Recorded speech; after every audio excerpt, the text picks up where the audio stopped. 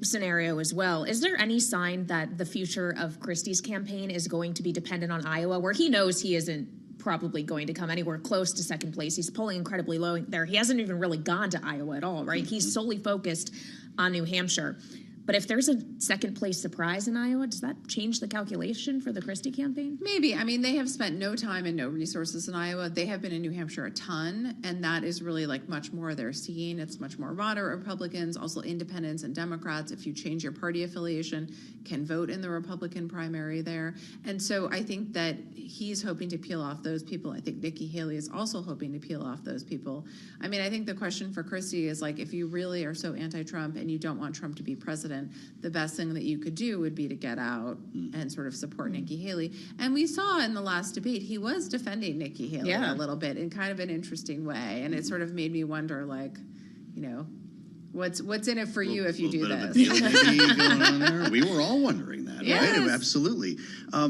So, little reality check then. We were talking about this Emerson poll from South Carolina, came out on Friday. Donald Trump 54, Haley 25. If she cannot win her own state, what are we talking about? Well, I think that the Trump people think that they can have the Republican nomination locked up by the end of March. Wow. So, like, if it's not locked up by Super Tuesday, which is in early March, it will be locked up by the end of the March.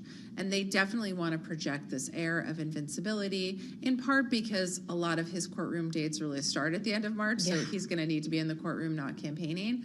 But they have also, in a very savvy way, quietly behind the scenes since 2020 changed a lot of the state delegate rules to really favor Trump and favor like whoever wins that state takes the most delegates. So that will also help him rack up the number of delegates he needs to clinch the nomination.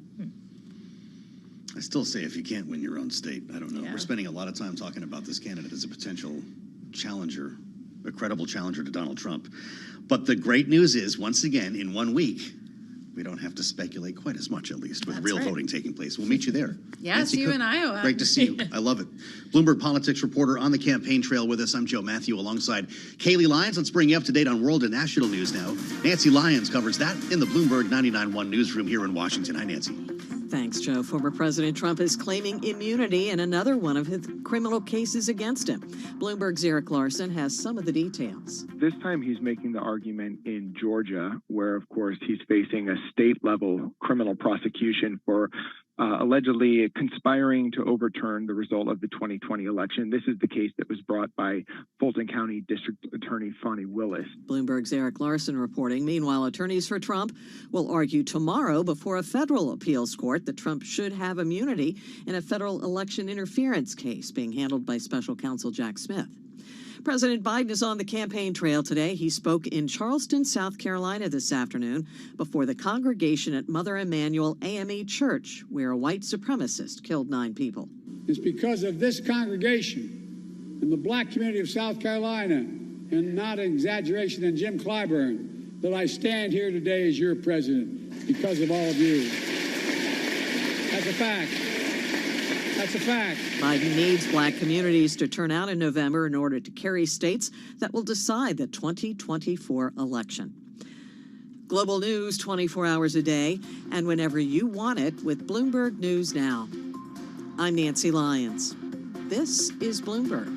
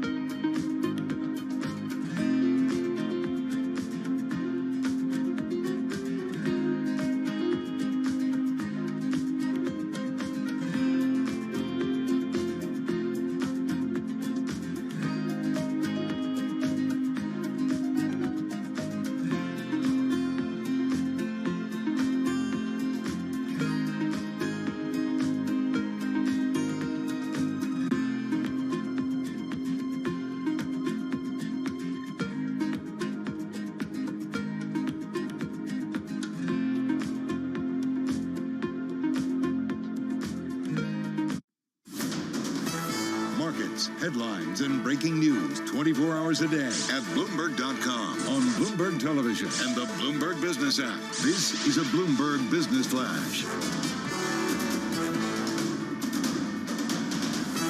It's 2:40 on Wall Street. We do check markets all day long here at Bloomberg. Another leg higher for the U.S. stock market, with the S&P now higher by 51 points. That is an advance of 1.1%. The Dow holding close to session highs, now up 119 points. That is a gain of 0.3%. NASDAQ up 276 points, up 1.9%. The NASDAQ 100 index up 300 points, up by 1.8%.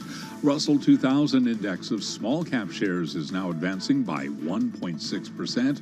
We have got the 10-year yielding 3.99%, with a 2-year at 4.34%. A rally in big tech sent stocks higher at the start of a week that will bring key inflation data on Thursday and bank earnings on Friday.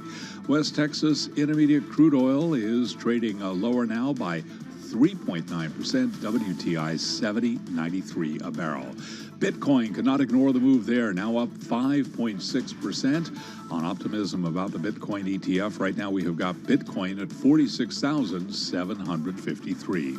As for the overall market backdrop, Tony DeSpirito is Chief Investment Officer for Fundamental Active Equity at BlackRock Financial Management. I know there's an old expression, it's not a stock market, it's a market of stocks. I really think that applies in 2024. And we even saw it at the end of last year. We saw breadth starting to grow again, the market widening out. That's a really good environment for stock pickers. And you can hear more of that conversation on the Surveillance podcast. You can download it wherever you get your podcasts. Boeing is slumping the most in more than a year after its 737 MAX 9 model was temporarily grounded by authorities following a January 5th accident involving a recently delivered airliner. Boeing shares are now lower by 6.4%. Spirit Aerosystems, which makes the fuselage for the 737, is lower by 5.3%. And Alaska Air Group, the parent of the airline involved, is trading higher now, reversing earlier losses, up by about 0.1%. I'm Charlie Pelleton. That is a Bloomberg Business Flash. You're listening to Bloomberg Sound On with Joe Matthew and Keely Lines on Bloomberg Radio. The question is, where in the world is the Secretary of Defense? The answer, Walter Reed. He's at the hospital. The problem is we didn't know for days, and this is something, Kaylee, that we're still learning about today. Lloyd Austin went in for some elective procedure. In December. Before Christmas. Went back home, and then was readmitted on New Year's Day, I believe, for what they described as severe pain. But there was apparently a major breakdown in the chain of command and protocol that would surround such a thing. We're talking about the SecDef here. Yeah, and it's not just that you and I didn't know, that journalists weren't aware of this information.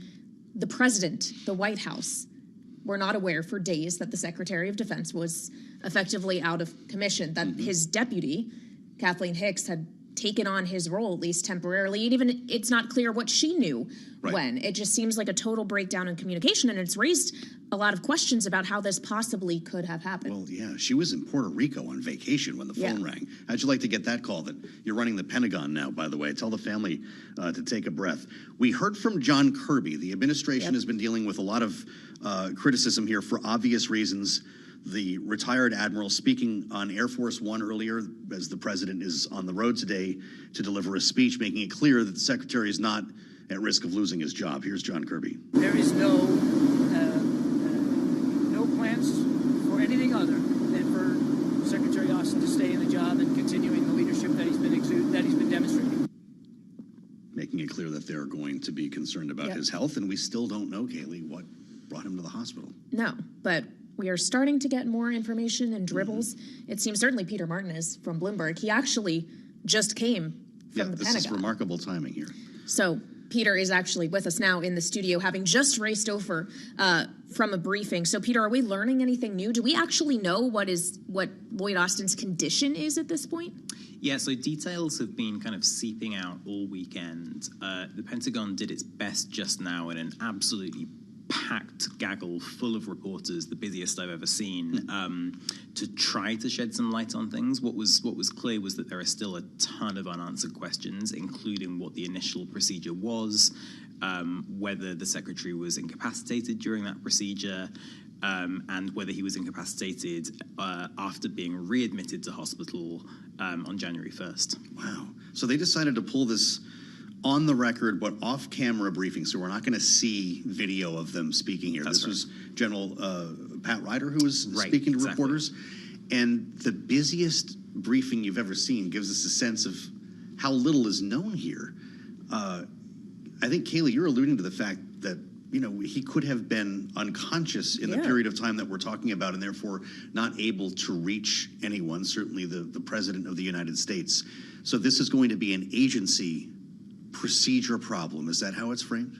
Yeah, at the moment they're saying they need to take a look over all of their sort of best practice, quote unquote, best practices, figure out what went wrong and find a way to take the human out of the loop. They're describing this as a series of human errors, which is, as you can imagine, not really cutting it with members of Congress and others who have questions about how such a breakdown of communication could happen at the very highest levels of power in the U.S.'s military.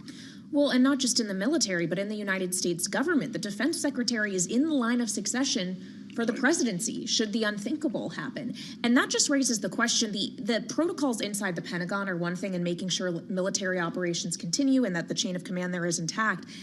But how is there not, among all cabinet levels in the White House, protocol for this? If someone literally in the line is taken out for some time, that's what baffles me here, and I think it baffles many. I think a lot of reporters have the same question today. The answer from the Pentagon was that the Secretary of Defense's front office is undertaking a review of procedures. They're looking for ways to improve it and make it better. But it is striking that, 7+ decades into the life of the Pentagon, this does not exist. How concerned are they about privacy? Why not come out today and say exactly what the Secretary of Defense was doing in the hospital? Are we not going to ever know? It's a great question. Reporters repeatedly asked General Ryder whether, what the procedure was. He wasn't able to elaborate on that point. Lloyd Austin, Secretary Austin, is known as someone who values his privacy, puts intense stock in it. But even then, I think a lot of people have made the point that at some point, as a public figure in the line of succession, heading the world's most powerful military, your right to privacy has limits. Well, and the other thing about this is Joe was out last week.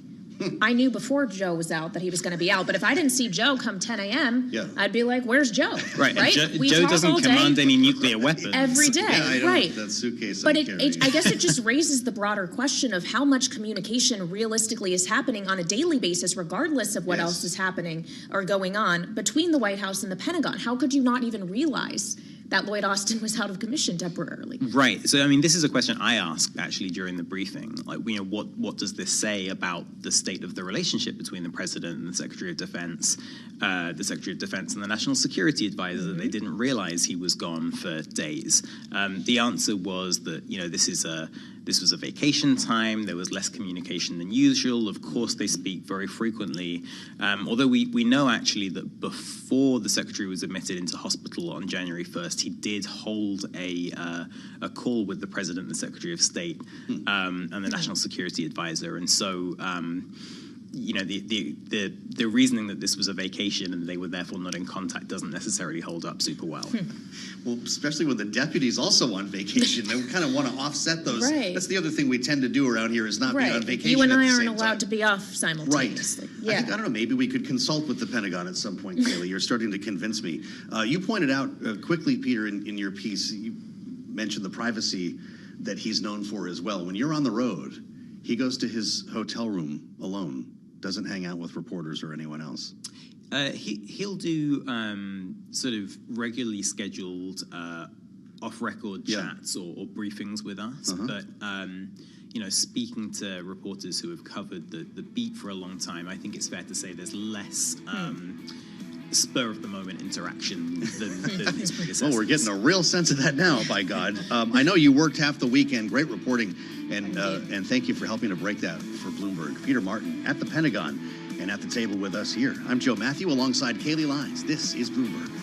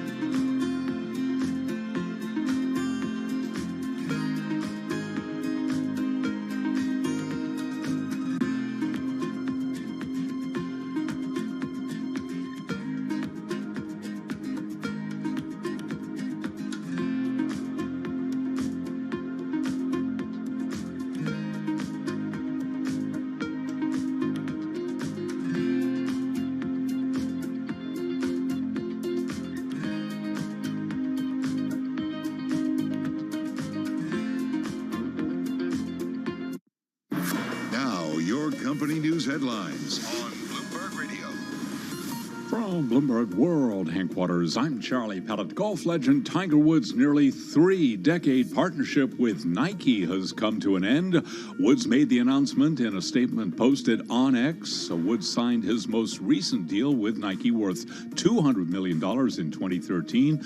And Woods says, yes, there will be another chapter. Nike shares are higher today, up by 1.3%. Papa John's International says it opened 14% fewer restaurants than expected last year, in part due to the war between Israel and Hamas. And with more on that story, here's Bloomberg's Steve Rappaport. Charlie, Papa John's joins a growing number of global businesses reporting ongoing impact from the conflict. The pizza chain says it had 210 net openings in 2023. In November, the company said it expected to open at least 245 last year.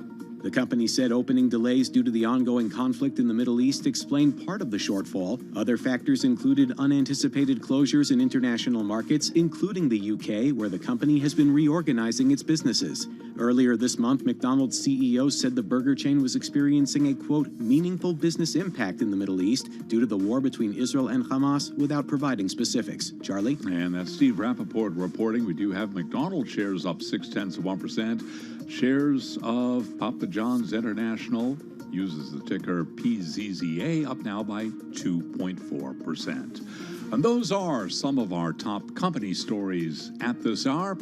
I'm Charlie Pellet, and this is Bloomberg. You're listening to Bloomberg Sound On with Joe Matthew and Kaylee Lines on Bloomberg Radio. Live from Washington for at least 5 more minutes. I'll have some final thoughts ahead with Kaylee. First, let's bring you up to date on world and national news. Nancy Lyons has that from the Bloomberg 99.1 newsroom in Washington. Hi, Nancy. Thanks, Joe. Congressional leaders are working to avoid... Washington. Hi, Nancy. Thanks, Joe. Congressional leaders are working to avoid a government shutdown after striking a weekend deal to fund the government. Senate Majority Leader Chuck Schumer and Speaker of the House Mike Johnson made a joint announcement of the nearly $1.7 trillion deal yesterday. Former OMB director and former acting White House Chief of Staff Mick Mulvaney tells Bloomberg Speaker Johnson has just cut a deal with Democrats, which is exactly what doomed former Speaker Kevin McCarthy. The question the conservatives are going to be asking is, how is this different? Mike Johnson has got to be able to go to them with something and say, look, here's why you should keep me. I've just cut a deal that does X, Y, and Z, and that is better than the deal you would have gotten under Kevin McCarthy, and that's why I should stay. Mick Mulvaney tells Bloomberg Sound On no deal will be made without some support from Democrats. President Biden is moving to win back black voters. He delivered remarks today at Mother Emanuel AME Church in Charleston, South Carolina, where a white supremacist killed 9 people in 2015. Biden says our country must deal with racism. All it is a poison. Throughout our history, it's ripped this nation apart. This has no place in America. Not today, tomorrow, or ever. Biden needs black communities to turn out for him in November in order to carry those states that will determine the 2024 election.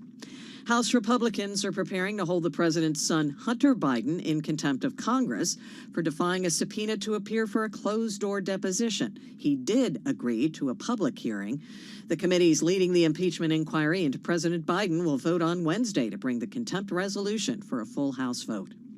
A new national champion in college football will be crowned tonight in Houston. The Michigan Wolverines are set to face the Washington Huskies in the College Football Playoff National Championship game at NRG Stadium.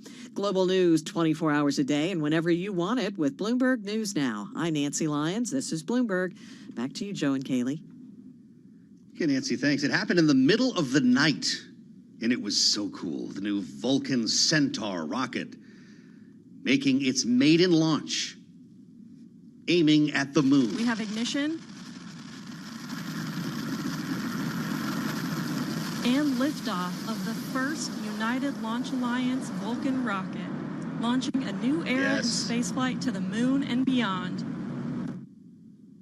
A new era indeed, as this is a private launch. And Kaylee, the first U.S. moon landing attempt in more than 50 years, it got some of us geeks excited. And it's already over. Yeah, something went awry. Come on, by the way, there was no one on this Yes, rocket. unmanned. Yeah. There was a propulsion failure. Yeah, 7 hours into the thing. Yes. Now, am I understanding this right, that there was a solar problem here? Because they tried to turn the solar arrays at the sun. It did not help. And apparently we're not going to the moon on this mission. Yes. United Launch Alliance and its lunar lander, Peregrine, are now headed into deep space, I guess. You know how I feel about destination, deep space, yes. Joe. Frankly, So- it's how I feel about all airborne vehicles. I understand. Well, I'll tell you what, we've had a couple over these last couple days. On this day that we're hearing a little bit more about the Boeing jet. Yes. When you factor that in and see what happened here, I think clearly we need to just take an iPhone to the moon. Well, yeah, that's the most, first of all, what's remarkable is that everyone escaped that Alaska Airline Boeing incident unharmed. Amazing. There was no death. Yes. The plane landed safely. Number one. Yeah. Number two is that an Apple iPhone also made it unscathed after falling 16,000 feet Incredible. out of the plane. Kaylee, they've got a picture of this thing on the terminal. There's not a scratch on the screen. Nope, unlocked, charging cord still plugged in. Right. So now, presumably, somebody was holding this and it got sucked out of the plane? I guess, which is a terrifying proposition. Horrifying. But it was the new model iPhone. You see all those advertisements of these things being made of titanium? I guess that's what titanium does for you. The part that killed me, the great irony, is that when you look at the screen, there was a message from Alaska Air About baggage. bags. God help us. We send it back to New York with Kaylee. I'm Joe. Bloomberg Business Weeks right now.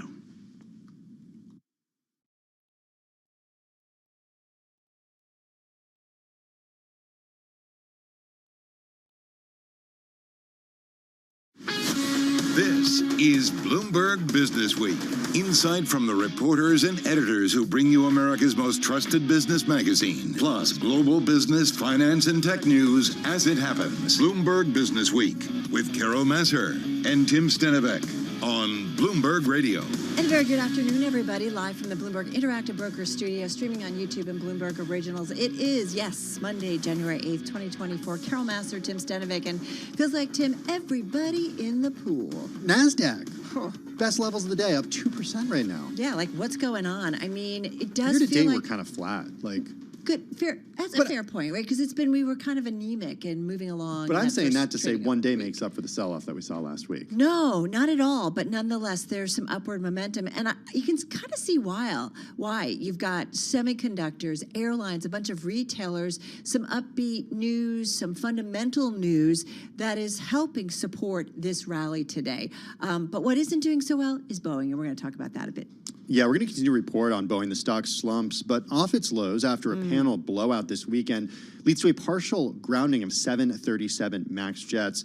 We're going to have the latest on what happened and what it means for the carrier and how one iPhone fared after it got sucked out of the window. It's like kind of a great commercial for Apple, but man. For Apple or for the case that this thing was in? I mean, it's incredible. We're going to talk about it. As for Boeing shares, you heard Charlie talk about it, down about 6.5%. They're off their lows this session, but nonetheless taking a bit of a beating. It does look like it's going to be the year when we can say officially we've got a spot Bitcoin ETF. We've got a lot of momentum there. Yeah, we're going to have the latest there. Also, speaking of the year, Eurasia Group on why it could very well be a year of grave concern. That's their words. Yeah, exactly. Their top worries, U.S. politics. And speaking of that, our own Josh Green has got a new book out. It highlights that whatever the outcome of the U.S. presidential race, it will have lasting effects on the country. He really gets into the populism waves in both the Democratic side of politics and the Republican, although they have fared very differently. Hey, speaking of yeah, long-lasting effects on the country, did you get to make a snowman over the weekend? I did not get to make a snowman. Okay, well, some people in New Jersey did. Some people in upstate New York. Westchester got a little bit of snow. Another worry for you, though, is snow is becoming a thing of the past, as scientists are already bracing for record-breaking heat. So get ready, for water shortages and lost economic activity. The latest from Mark Gongloff. So different from when I was growing up. Also coming up, the Tesla board's latest headache, Elon Musk's alleged drug use. We're going to talk a little bit about that. And then we're going to get into Tiger and Nike parting ways. By Tiger, we mean, of course, Tiger Woods. Yeah, 27 years Nike and Tiger have been together. Yeah, for as long as I can remember. Yeah, I mean, it's been this incredible collaboration. Oh, right now, it feels like the bulls are collaborating on Wall Street, sending stocks higher. Time to talk markets. Countdown to the close starts now. Countdown to the close. Bloomberg's comprehensive cross-platform coverage ahead of the U.S. market close starts right now. This is the countdown to the close. Romaine Bostic alongside Katie Greifeld. We're joined right now by our colleagues Carol Masser and Tim Stenivek in the radio studio as we welcome our audiences across all of our Bloomberg platforms here on a Monday afternoon. That is a huge pivot from what we saw last week, where stocks fell about 1.5% on a weekly basis. The S&P clawing back most of that today, up 1.2%. Yeah, I mean, the chart's really significant in terms of an upward move. We've got support in the retail sector, airlines, semiconductors, a lot of fundamental news out, or at least analyst calls that have really provided some momentum to the trade. So we're looking at, a session that's pretty much at its highs of the days. Speaking of highs, it's not only investors... I like what you did there. Okay. I dropped it.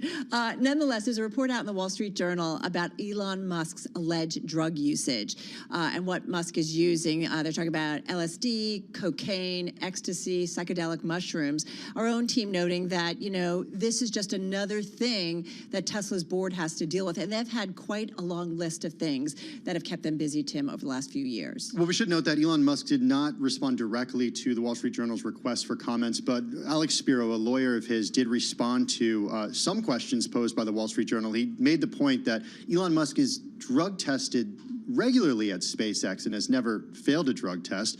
But you guys remember back in 2018 when Elon Musk went on Joe Rogan and smoked marijuana. I will and never forget. There was a big hoopla after that.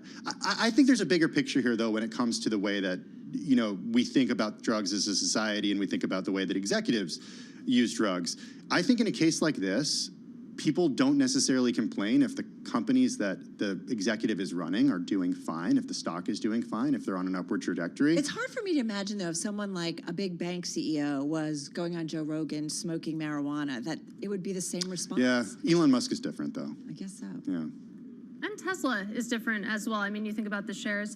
So of course, that's one of the most heard stories today for obvious reasons. The other big story we're following, of course, is Boeing and what happened with Alaska Airlines over the weekend, of course. An interesting second day story, if you will, is apparently there was an iPhone that was sucked out of the airplane and it survived its 16,000-foot fall. Apparently it was found still with, pretty good battery life, very little dents and bruises. Apparently, it was on airplane mode, and it's pretty amazing. You can see the shot there. That looks better than I would after falling 16,000 feet. Is this real or is this a hoax? I'm confused. So it fell 16,000 feet, and it landed. We should point out they said it wasn't even locked screen. Just a couple bumps and bruises. I mean, I once dropped my iPhone literally like 2 feet while I was getting out of my car, and the entire thing like shattered into 12 million pieces. So I'm a little skeptical. Hey, it's in a TikTok video. It's gotta be real. If you can't believe TikTok, It's gotta be who can real. you believe? Gotta have heroes. Yeah. Same thing. I've dropped it crossing the street. Everything was shattered. It was gone. Yeah. Maybe you guys don't have the right cases. Maybe airplane mode is the secret. I was thinking. Or maybe it's Steve Jobs saying we're all holding it wrong or something like that. I don't know. I was thinking, is this an iPhone ad? Is this an elaborate iPhone ad? Maybe it's an ad for, a case or a screen protector, but it is... OtterBox is going to finally come up and say, true. Gotcha. It is pretty amazing. Do you guys use airplane mode? No. This is the conversation I we never had, use though. airplane. I always forget to use airplane mode. Oh, so you're the reason why the fuselage is breaking out of the plane, right? Should I not be confessing that? But I I don't always think you forget should about confess that. Haven't you ever been on a plane and you're just like, let me just turn it off or turn it back on? Yeah, see, exactly. All right. Anyway, some interesting stories on a day where the risk trade is definitely full on. We're going to be back in less than an hour's time. We're going to count you down to the close on this Monday, our cross-platform radio, TV, YouTube, and of course, Bloomberg Originals. We're going to see you for Beyond the Bell at 4 p.m. Wall Street time. Don't call it a comeback. I've been here for years. I'm rocking my pants, put suckers in fear, making the tears rain down like a monsoon. All right, so we were talking, certainly the risk trade is on, and it does feel like we're seeing fairly broad-based buying in today's trade. But if you take a look at Boeing, Tim, it's definitely a different tone. Boeing shares are definitely down. Yeah, 6.5% as we speak. Investors offloading shares.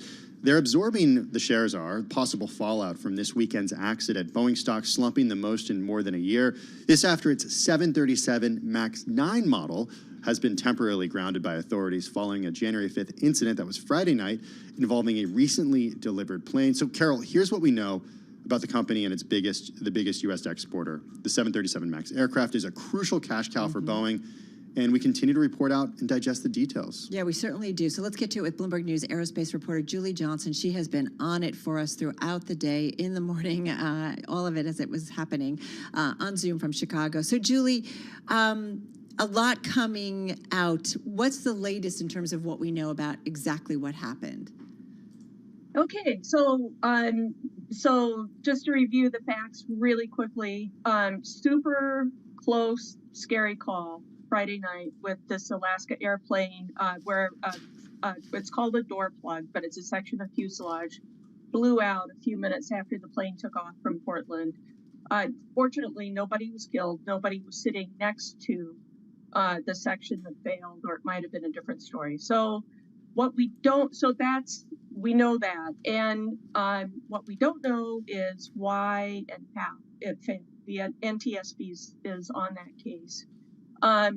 But it has revived all these very damaging narratives around MAX that Boeing's been working so hard to put to rest following two crashes in 2018 and 2019 and a grounding. And this is their prized plane. I mean, it's really the driver, the engine for the company. And so the reputational hit is significant for Boeing, and it probably is going to be longer lasting than this incident. What do you mean by that, longer lasting than this incident? You mean that, because I just got to tell you from personal experience, when we covered, as you did, Julie, the 737 MAX issues following the two crashes just a few years ago, wow, there were so many people who were like, I'm never going to fly on one of those things. Never, ever, ever. And now, there 3 different variants of the 737 MAX are taking many different flights every single day without a consumer seeming to care. Right. And so I'm not actually thinking about just to be clear, I'm thinking more from a regulatory perspective and customer sales. And also this is a huge year for Boeing in terms of getting its factories in order. And this also plays into this damaging narrative to customers that Boeing's got a flawed product and quality problems that they can't get a handle on. And do I really want to go down that path with this aircraft? I mean, that's where it's damaging. One more point there real quick, Julie. Yeah. Do these airlines really have a choice when it comes to the airline they buy? There are 2 companies that make these, right? That make planes like this. Airbus and there's Boeing. And Airbus has the A320 family that competes with the 737 MAX. But, I mean, aren't the switching costs incredibly high? Like, totally training new pilots and everything? Yeah, they are. They are. And also Airbus is sold out through the end of the decade, by and large. Boeing has a big backlog on this plane as well. So switching is not an easy thing. But a lot of airlines have mixed fleets. And so maybe you start to tilt your orders more to Airbus down the line. Right. So that's the big unknown. In terms of this actual incident, there are some very intriguing clues that the NTSB is sorting through, and including a maintenance visit before the plane went into service. So, I mean, and so often with these accidents, what we think is the conventional wisdom, a day or 2 afterwards winds up being not the case at all. So the inspections are underway on this fleet. And they could be back in the skies within a day or 2, and so from that perspective, this could start to recede very quickly. But it's the reputational.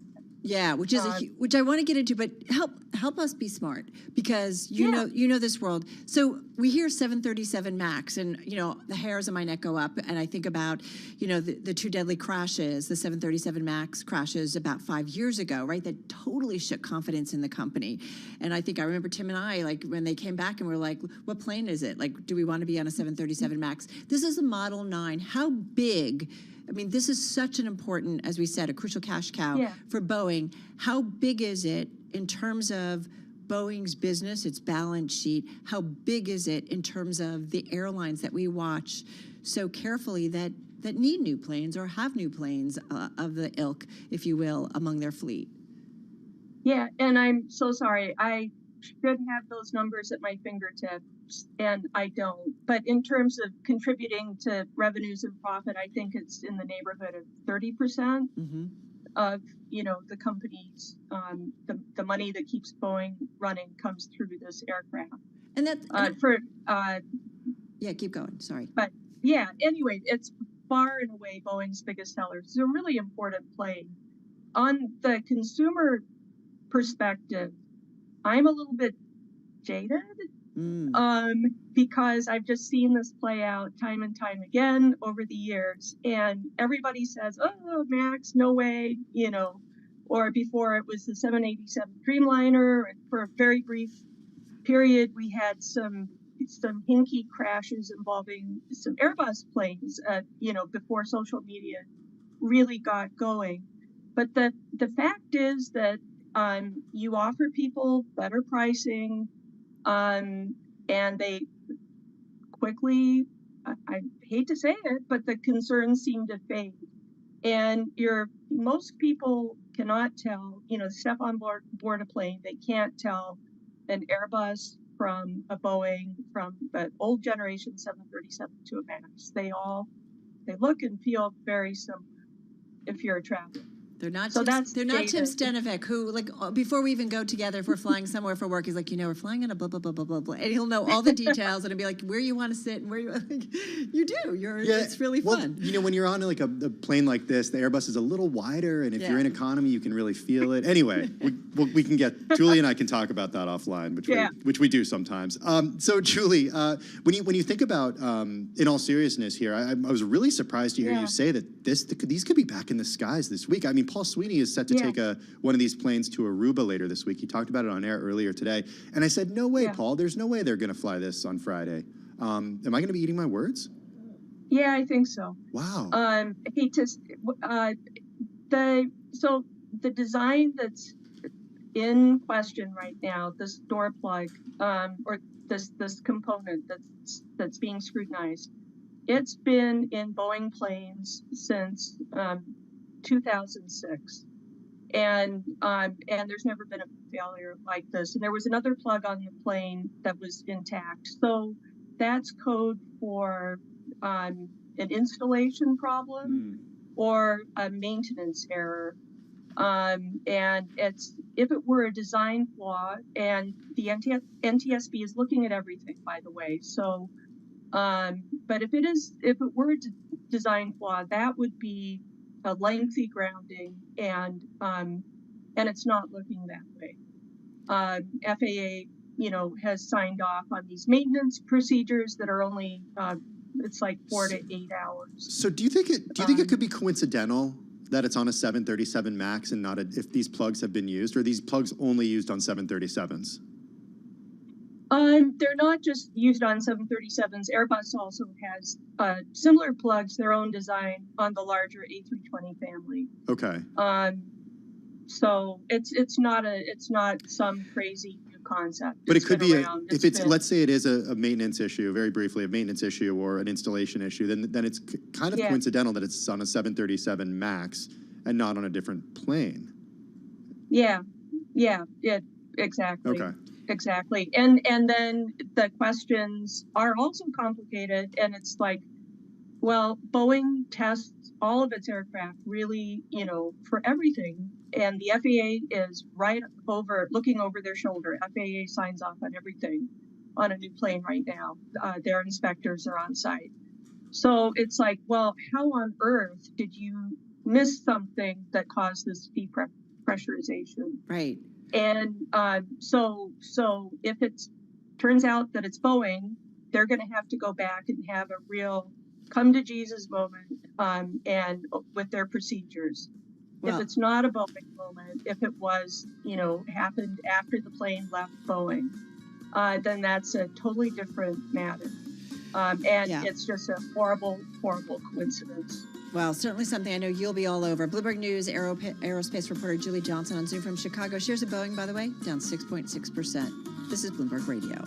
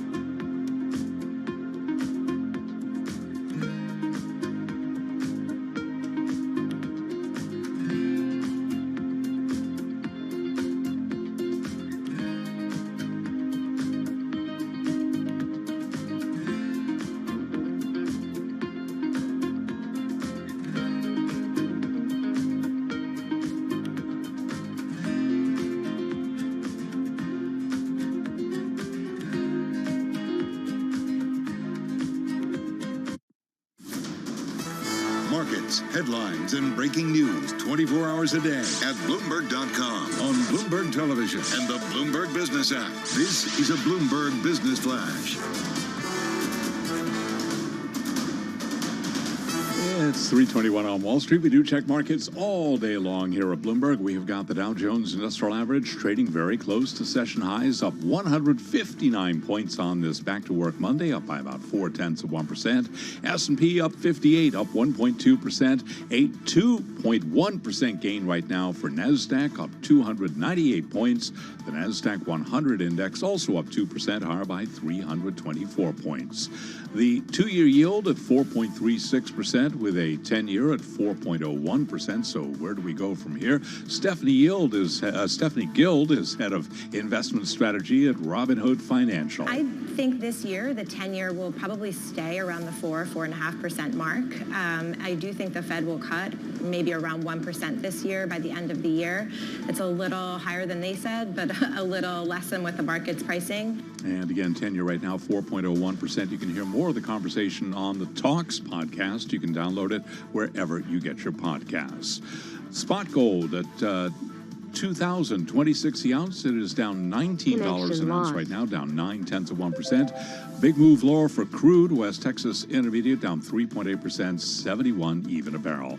If you drive and if you are looking for a new career, Oscar Mayer has announced the opening of applications to drive its iconic Wienermobile. It is a 1-year full-time paid gig, but Kraft Heinz isn't saying just how much it's paying if you cut the mustard. But if you relish the opportunity, they are taking applications right through January 31st. Kraft Heinz up 0.9%. Relish? Cutting the mustard? Are you kidding That's me? all I can think. Driving that Wienermobile, totally buns of fun. Oh, Charlie. Moving around. Who wouldn't want to be doing meet and greets all day? Oh, you're the best in the business, Charlie You really Peller. are amazing. That's pretty funny. I have That's nothing. A great I have story. nothing. I have no retort. Sign me up. No retort? No retort. No retort. All right, so let's then move on to Bitcoin because it's pushed past 46,000. I mean, it's really close to 47,000. Actually, it bumped above 47,000 at its highs today. This after BlackRock, ARK Invest, and several other prospective issuers of ETF, exchange-traded funds, filed amended forms in what is seen by analysts as a final push to offer the investment products. Seems like we're pretty close here, Tim.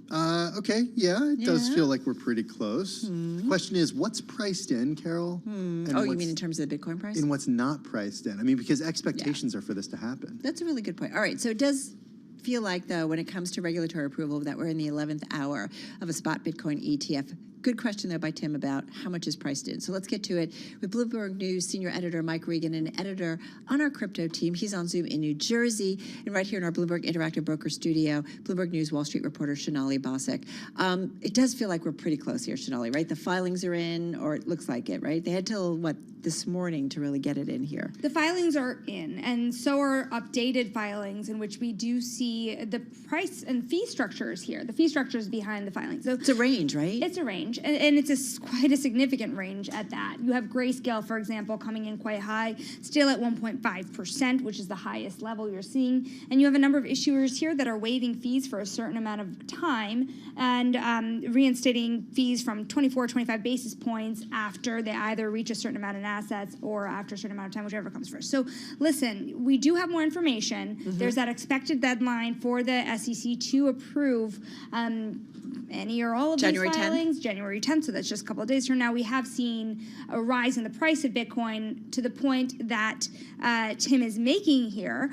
Has it been priced in? There's another dynamic going on in the market. Remember, in the next couple of months, the Bitcoin halving is also expected. So a lot of the halving. You have to say it like that. The halving. Okay. No. The halving. The idea here being that there's potentially a new source of demand for Bitcoin at the time where the supply of Bitcoin is also being more constrained. Okay. Okay. But that also then you're playing around with the supply. Well, it's Is baked it not? into the Yeah. programming. All expected stuff. Right, expected. But the difference in this halving cycle is that this new demand could potentially be significant from these ETFs, which presumably are holding Bitcoin via a custodian as they look to court new investors and engage them in the industry. Okay, Remember, the issuers are the ones that are exposed to the Bitcoin via the custodian, not the people who are buying the ETFs, which are then linked to the equities with a financial claim on those Bitcoin. Okay. I've been trying to practice this all weekend. Can we can we talk a little bit more about what halving is? Yeah, Mike, can we talk about that in a second? Yeah, okay. Can we talk about the halving in a second? Because I want to get to a key point with this spot Bitcoin spot ETF thing. I want to bring in Mike Regan. Because, Mike, this has been your world nonstop for the past few weeks. It's also been Shonali's world, of course. Yeah. But if you want to buy Bitcoin, it's pretty easy to do. So answer the question that I think a lot of people have is, why is this so important? Like, why should we care about this? Tim, it is easy to buy. I mean, you can buy it on Venmo, or you can open a Coinbase account. But I think the thinking is that there are a lot of financial advisors there who out in the world who would not recommend that. I mean, we all remember what happened to FTX. And just, if you're a financial advisor, for one thing, you may not advise your client hold any Bitcoin at all. Let's be honest about that. But if they really want to have some, if they want to have exposure to it, I think most financial providers would prefer it be in ETF form. For selfish reasons, that keeps it on their platform in the accounts that they oversee. It doesn't allow your client assets to leak out to a Coinbase or a Kraken or a Binance. But also, it's just assumed that this is a safer way. You're less likely to be hacked or exposed to an unscrupulous exchange blowing up the way FTX did. So I think that's the main argument in favor of Bitcoin ETFs, and it really has the industry very optimistic that they will see quite a bit of inflows because of that. I don't know. Whenever we talk, Carol, are you skeptical? No, I am. Okay. So talk to us about this halving event. Does it happen often? Has it happened before? It happens after a certain amount of blocks are created.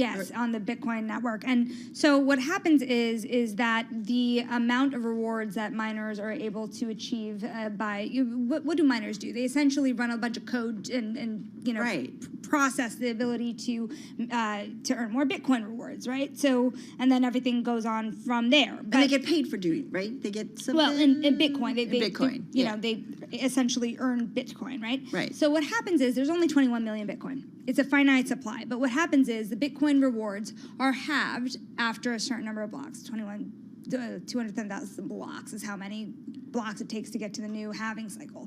So what happens is now that you have the amount halved, you will go from 6.25 new Bitcoin to the network to 3.125, 3 1/8. Got so it. it halves. So in theory, and this is how many Bitcoin investors think about it, you really start to shrink the amount of new supply that is entering the market, putting pressure on the pricing upward. And in this cycle, as we were talking about, what happens is you have now more demand for the Bitcoin embedded in the idea of these new ETFs being created as well, and creating new demand for the Bitcoin itself. So two things happening at the same time. To speak to what, and Mike, please interrupt me if I'm not explaining this properly enough. Yeah? Keep cooking, Shonali. Keep cooking. I know, right? I've been running this through my brain all weekend to do this correctly for you.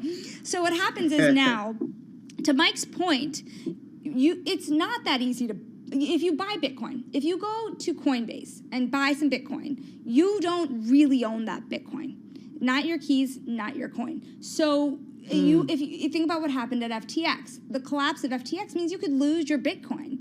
And so if you're holding a ton of Bitcoin, the Bitcoin whales will not necessarily trust that much concentration risk in an exchange or a single custodian. So now with the spot Bitcoin ETF?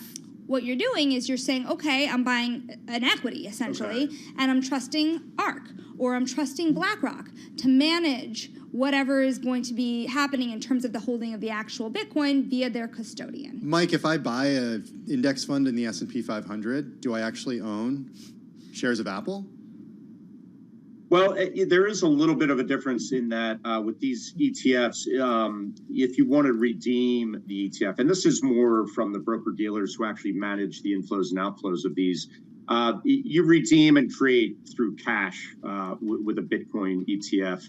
That was something the SEC seemed to really insist on because it seems like they didn't want broker-dealers getting their hands too dirty in the actual crypto market. Whereas in most equity ETFs, you can create new shares of the ETF or redeem them in kind, it's called. In other words, if you are a broker-dealer who owns every stock in the S&P 500, you can offer it up and basically get S&P 500 shares in return. And if you want to redeem those S&P 500 Spider ETF shares, you can get all the underlying equities back. So there is a little bit of a difference in how this will work in that it's cash redemption rather than in-kind redemption. Sonali, just really quickly, 20 seconds. We can't assume that everybody's going to get approved. We don't know any, right? Until the day comes, you don't assume anything, right? Yeah. But it's looking pretty likely that many of these will get approved, but we'll see. And again, what it will do to Bitcoin's price, we don't really know, though it is up in anticipation of these ETFs. What I always love is whenever we have a Bitcoin conversation, a crypto conversation, but Bitcoin specifically, like I get certain answers, but then I get a whole other list of questions about it. It just makes me scratch my head. I'm just shaking my head. You are. Bloomberg News senior editor Mike Regan, thank you so much. And right here, of course, in our studio, Bloomberg News Wall Street reporter Sonali Basak. Sonali, thanks. Hey, let's go to D.C. now for checking the latest world and national news with Nancy Lyons in the Bloomberg 991 newsroom. Hey, Nance. Thanks, Tim. Former President Trump is making another move to have criminal charges against him thrown out. Bloomberg's Nathan Hager has the latest from Washington. The former president is asking a judge in Georgia to dismiss the election interference case against him there, arguing he is immune from prosecution over his actions as president. Trump faces 13 counts, including a state racketeering charge tied to his bid to overturn his 2020 election loss in Georgia. He'll press his immunity claims before a federal appeals court in Washington, D.C. tomorrow. That's in the election interference case brought by special counsel Jack Smith. Trump says he plans to attend that hearing. In Washington, I'm Nathan Hager, Bloomberg Radio. President Biden, meanwhile, is hoping today's trip to Emmanuel African Methodist Episcopal Church in Charleston, South Carolina, will help boost his standing among black voters. That was the church where a white supremacist murdered 9 worshipers back in 2015. Biden spoke out against racism and claimed the truth is under assault in America. An extreme movement of America, the MAGA Republicans, led by a defeated president, is trying to steal history now. They tried to steal an election. Now they're trying to steal history, telling us that violent mob was, and I quote, a peaceful protest. Biden says Donald Trump has a dangerous agenda.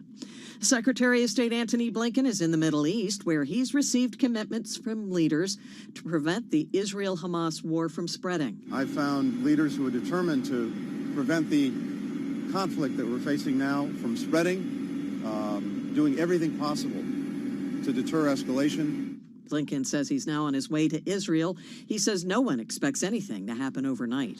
Global news 24 hours a day and whenever you want it with Bloomberg News Now. I'm Nancy Lyons. This is Bloomberg.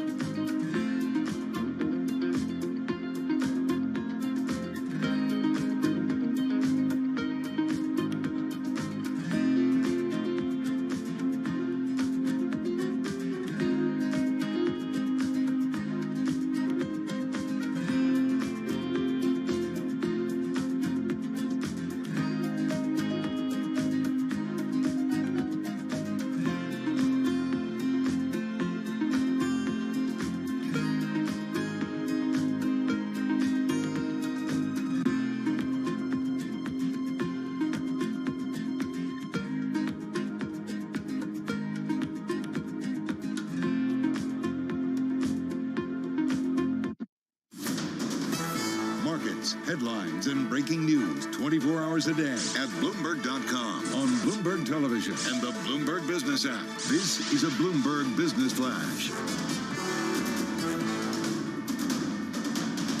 It's 3:40 on Wall Street. We do check markets all day long here at Bloomberg. Best level of the day with the Dow, the S&P, NASDAQ all pushing higher on this first full trading week of the brand new year. Let's head right over to the first word breaking news desk for today's afternoon call.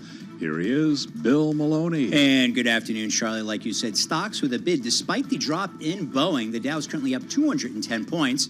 S&Ps are higher by 64, while NASDAQ gains 310. The U.S. 10-year yield at 4.01%. Gold is down 19. Oil is sinking, but Bitcoin is surging by 6%. Among the main 11 S&P sectors, leaders were tech and consumer discretionary. Only energy was in the red. And leaders to the upside in the Dow, Salesforce and Intel, while Boeing fell 8.6% amid the 737 MAX groundings. It was a busy morning for deal news. Merck to buy Harpoon Therapeutics for $680 million, and Boston Scientific to purchase Axonics for $3.7 billion. Wrapping things up, Jefferies reports after the bell. Live from the first breaking news desk, I'm Bill Maloney. Charlie. Okay, we thank you very much, Bill Maloney. And to hear live breaking news over your Bloomberg, type squawk, SQUA, on your Bloomberg terminal. I'm Charlie Pelleton. That is a Bloomberg Business Flash. I'm driving in my car. I turn on the radio. How about you let me drive? Oh, no. Who's gonna drive you home? Honey, please, I'll do the driving. Drive on. Excuse me, I want to drive. It's the question that drives us. This is the Drive to the Close That funky music will drive us till the dawn. on Bloomberg Radio. All right, everybody, we've got about 18 minutes left in today's trading session, but we've got stocks at their best levels of the session. As you heard from Charlie, up more than 2% on the NASDAQ, a 309-point gain. The Dow up more than 200 points and 1.4% higher on the S&P 500. Everything is awesome, Tim. Is that true? I mean, No, it's a little there's a different. little than sarcasm last in week. there. Yeah, I know. Well, who knows? We're going to talk about it later when we talk with the Eurasia Group, right? Because they've got... Everything is not awesome should be the title of their 2024 note. There's a lot of risks out there. You're going to run for your bunker. Hey, let's see what Michael Sheldon is thinking about all this. He's Executive Director and Chief Investment Officer at Hightower RDM Financial Group. Michael joins us on Zoom from Westport, Connecticut once again. Happy New Year, Michael. I think I can still say that. We haven't spoken in a few weeks. How are you? Same to you. Thank you. How are you thinking about this? Well, I think it's nice to see the market rally here after a couple of days of profit taking. I think sort of looking ahead to 2024, there's certainly going to be a number of twists and turns, but I think the bigger picture for us is, for example, going into 2023, most economist investors were not so optimistic. They were looking for maybe a recession or a downturn in the economy. And that really didn't play out. The economy and the markets were extremely resilient last year. Although the rally was really led by a few stocks until later in the year. But I think heading into 2024, I think more investors are sort of moving into the camp that the Fed could ultimately pull off a soft landing. So right now we're in the glass half full sort of category as opposed to the glass half empty. And there are certainly some positives out there, but obviously there are some headwinds. So it's early in the year so far. It is early in the year so far, certainly, no doubt about it. And yet, I feel like there's some interesting offerings out there for investors. And I want to kind of run it by you in terms of what your investors are asking you about and what you would kind of say. We just talked about a spot Bitcoin ETF. If and when everything goes through in terms of the approval, will you be recommending that to your investors? And are your clients and investors asking you about it? We haven't had too many questions about Bitcoin, to be honest. Occasionally, from time to time, it's not something we've really gotten involved in. I think for Bitcoin, it's always been tough to sort of get your head around how to value that. So, Amen. Hallelujah. Totally in that camp. Well, you just take the free. All you got to do is take the free cash. Michael, you got to take the free cash flows from Bitcoin, and then you got to find the discount rate. It's pretty. Oh wait, there are no I'll cash come to you flows. for that. Yeah, no cash flows. So no, you're not getting a lot of questions about it. No, we really haven't. I think for us, we're financial advisors. So, I mean, ultimately, it comes down to we're dealing with high net worth individuals. We put together a financial plan. We figure out the rate of return they need to meet their long-term investment objectives. And our job is to build diversified portfolios. And we don't want to stick our neck out too far, but over time, stocks have tended to be the best way for investors to build wealth. So we want to have diversified portfolios, and that's sort of how we're looking at this year. Will that diversification include private equity? Blackstone raising $1.3 billion for its first private equity fund for rich individuals, so achieving one of the biggest initial hauls for a fund of its kind despite a delayed launch. We've had a lot of conversations about folks wanting to kind of democratize access to private equity. Is that something that you would recommend that there's a place in a portfolio for your investors? And are they asking about that? So most of what we do is individual stocks, mutual funds, and ETFs. But for clients, where appropriate, for high net worth clients of a certain level, where they can afford the illiquidity that comes with private investments or alternative investments, we do market those, either private equity, private real estate, hedge funds. But again, it's client by client, where appropriate. And a lot of these products do have illiquidity, so that's something you have to be aware of. What about Apple? How are you thinking about Apple right now? It's actually higher today by more than 2%. Jefferies, though, out with a note that says iPhone sales in China are set to fall double digits. A lot of concerns about China, a lot of concerns about slowing revenue growth for the company. How are you thinking about it? Would you recommend it? 2 downgrades last week, too. Well, I apologize, but we're not allowed to mention individual stocks. But what I would tell you is that we have held that in our portfolio probably for more than a decade and we're big believers in technology. We own many of the large mega caps. So in a number of our portfolios, we held, I think, 4 of the 7 mega cap companies from that did so well last year. So many of our clients are benefiting from the AI and the technology.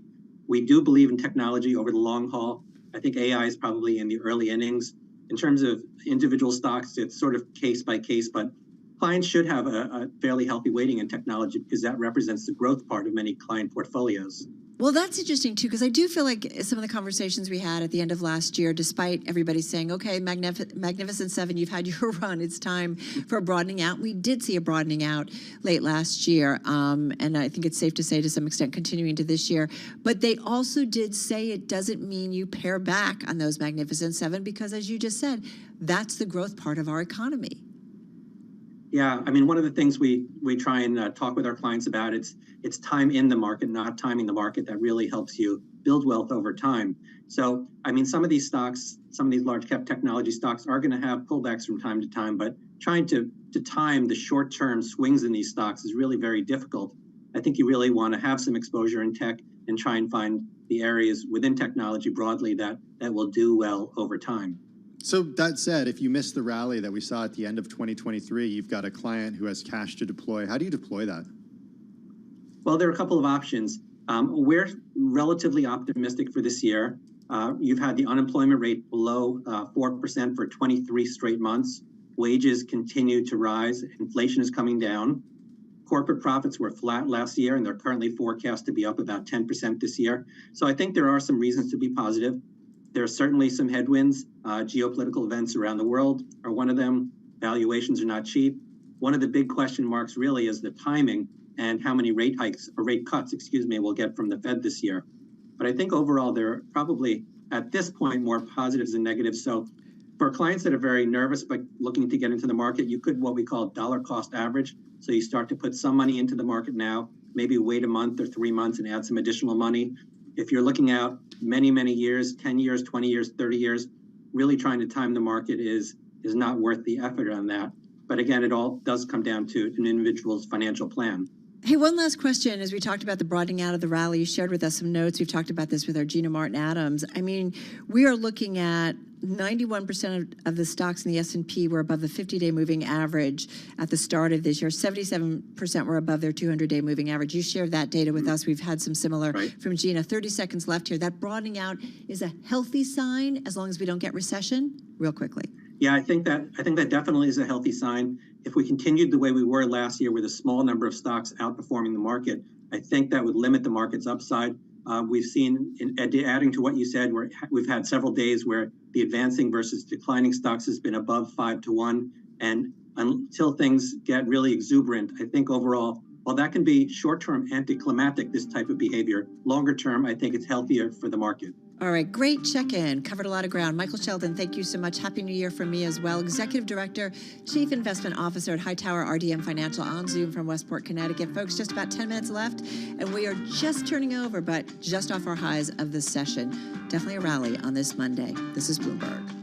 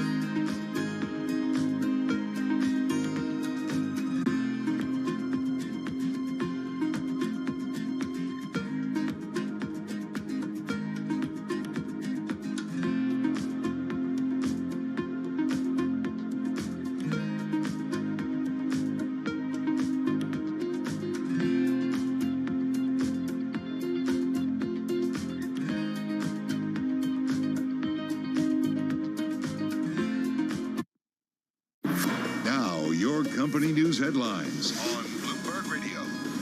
From Bloomberg World headquarters, I'm Charlie Pellet. Golf legend Tiger Woods' nearly 3-decade partnership with Nike has come to an end. Woods made the announcement in a statement posted on X. Woods signed his most recent deal with Nike worth $200 million in 2013. And Woods says, yes, there will be another chapter. Nike shares today are trading higher. Nike is up by 1.4%.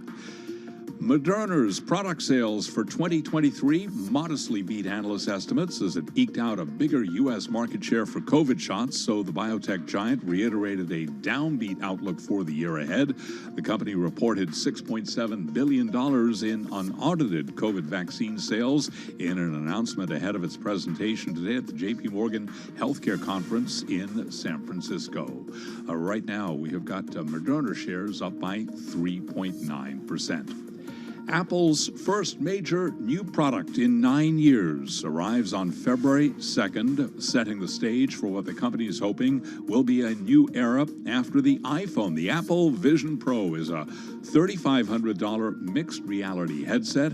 Apple says it will be available to pre-order on the company's website beginning at 5 a.m. California time on January 19th. Word comes as the CES Technology Conference gets underway in Las Vegas. Right now, Apple shares are higher by 2.3%. Those are our top company stories at this hour, and this is Bloomberg.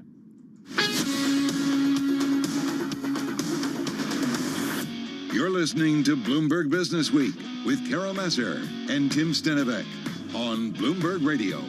Yes, indeed, everybody. 4.5 minutes left to go to wrap up the Monday trade. This is actually the first full week of 2024, because last week was just 4 days. Next week is another 4-day week. Kind of love the holidays at the beginning of the year. It's nice in January, February. Yeah. Love me a 3-day weekend. Having said that, the Bulls definitely got their sleep over the weekend because, man, they were definitely pushing the equity trade higher. What changed between? I didn't see anything. I don't know. It's a really good question. Between the last week's sort of skittishness. There's some fundamental news though. There's a bunch of retailers that came out and they upped their forecast. There's a lot of M&A. Crypto ETF, that some might say is certainly creating some activity and enthusiasm within the market. I'm going to talk a little bit about the semi area because there's real outperformance there today. NVIDIA and AMD both putting out some PC chips. So AI chips related for PC usages. So I feel like there's that AI momentum that is out there as well. CPI on Thursday. Yep. That's a big one. Now that we have jobs behind us, CPI is the next big one. Yeah, absolutely. Like, what are we seeing in terms of inflationary trends? That'll be some new data points or the latest round of inflation data points. So I think that'll be interesting. You know what's interesting about the Fed is getting it right? The survey for CPI, at least that we have right now on the Bloomberg terminal, all you got to do is type EcoGo on the terminal. Year-over-year CPI is set to come in, according to survey of economists, at 3.2%, while CPI excluding food and energy is set to come in at 3.8%. Ouch. So higher than if you include energy and food. Yeah, so year over year. Yeah. But still down from where it was the month before, which was 4%. But we'll also look for those revisions, always really important. So, yeah, I mean, it's going to be an interesting week. The inflation print, then we're also going to get the big bank earnings. And we will see how the banks are doing. Yeah, and there's some other earnings too. Yeah, other earnings as well. And I think there's also the big story with the airlines right now. We've heard it from Charlie. We heard it throughout the show, talking about Boeing and Boeing taking a hit. It's the worst performer in the S&P 500 on a points and a percentage basis. Spirit Aerosystems also down. And yet the Dow is up 211 points. Yeah. S&P is up 1.4%. That's pretty amazing 65 with the Dow, points. because Boeing's in the Dow. Yeah, exactly. But, I think there's a point where investors are saying company-specific stories. So what does that mean? In a year where I think remember we talked with our pursuits team, we're going to see people flying left and right, going places. All right, don't go anywhere, though, because we're going to talk about the markets, wrap up the Monday trading day. Heading over to our TV colleagues, Beyond the Bell starts now.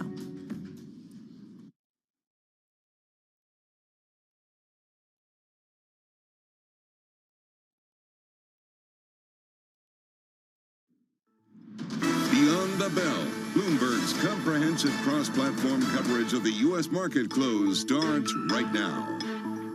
And right now, we are 2 minutes away from the end of the trading day. Romaine Bostic alongside Scarlett Fu. We're counting you down to the closing bell. And here to help take us beyond the bell. It's a global simulcast with our friends Carol Masser and Tim, Airplane Mode Stenivek. Welcome to our audiences across all of our Bloomberg platforms, television, radio, originals, and those folks still streaming on YouTube. Every time we fly, Tim will be like, what plane we're going on? And, he'll give me the whole, he just so knows.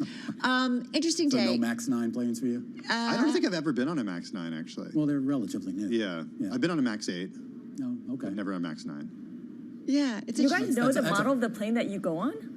Yeah, totally. We always check. Every time if By we're we, I flying mean together me. for work, Tim will be like, it's this kind of plane. And I don't think I've ever paid attention to it. It's like, maybe we should take this trip because we'll get to have access to this plane and kind of check it out. We got a rally underway, right? Is that how you plan your trips? Sometimes. Well, we consider it kind of research, it's weird. right? We don't have any other trips planned. I don't know if this is, they're not sending us anywhere in the near future. I don't know why. Maybe it's because of our strategy. Because all those private jets you keep. Exactly. Rally underway, guys. but look at, I was looking at some outperformance in the semi area. You've got NVIDIA and AMD both coming out with some chips for PCs, AI types of chips, so maybe some enthusiasm continuing. Did you see that NVIDIA story about this?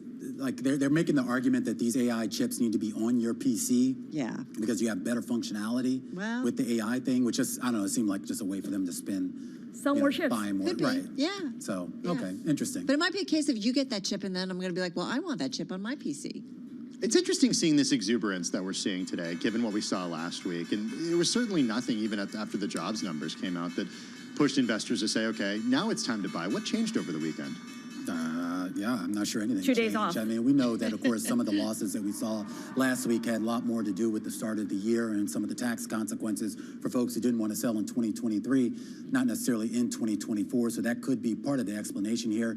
Nevertheless, don't look a gift horse in the mouth, Jim Stenovic. Green across the screen with the Dow up 0.6%, the S&P up 1.4%, the NASDAQ up 2.2%, and the Russell 2000 closing out the day with a gain of about 1.9%. All right, so let's get to it, guys. If you look at the S&P 500, just digging a little bit deeper, 419 names in the index actually finished the day with gains, 82 to the downside, Scarlett, and just 2 unchanged. So yeah, risk on trade in a big way. Yeah, very lopsided trade when you look at the sector performances as well. You mentioned NVIDIA clearly leading semiconductor stocks up by more than 4%. Tech hardware also up by 2.3%, and the retailers gaining more than 2%. Only 3 sectors finished in the red.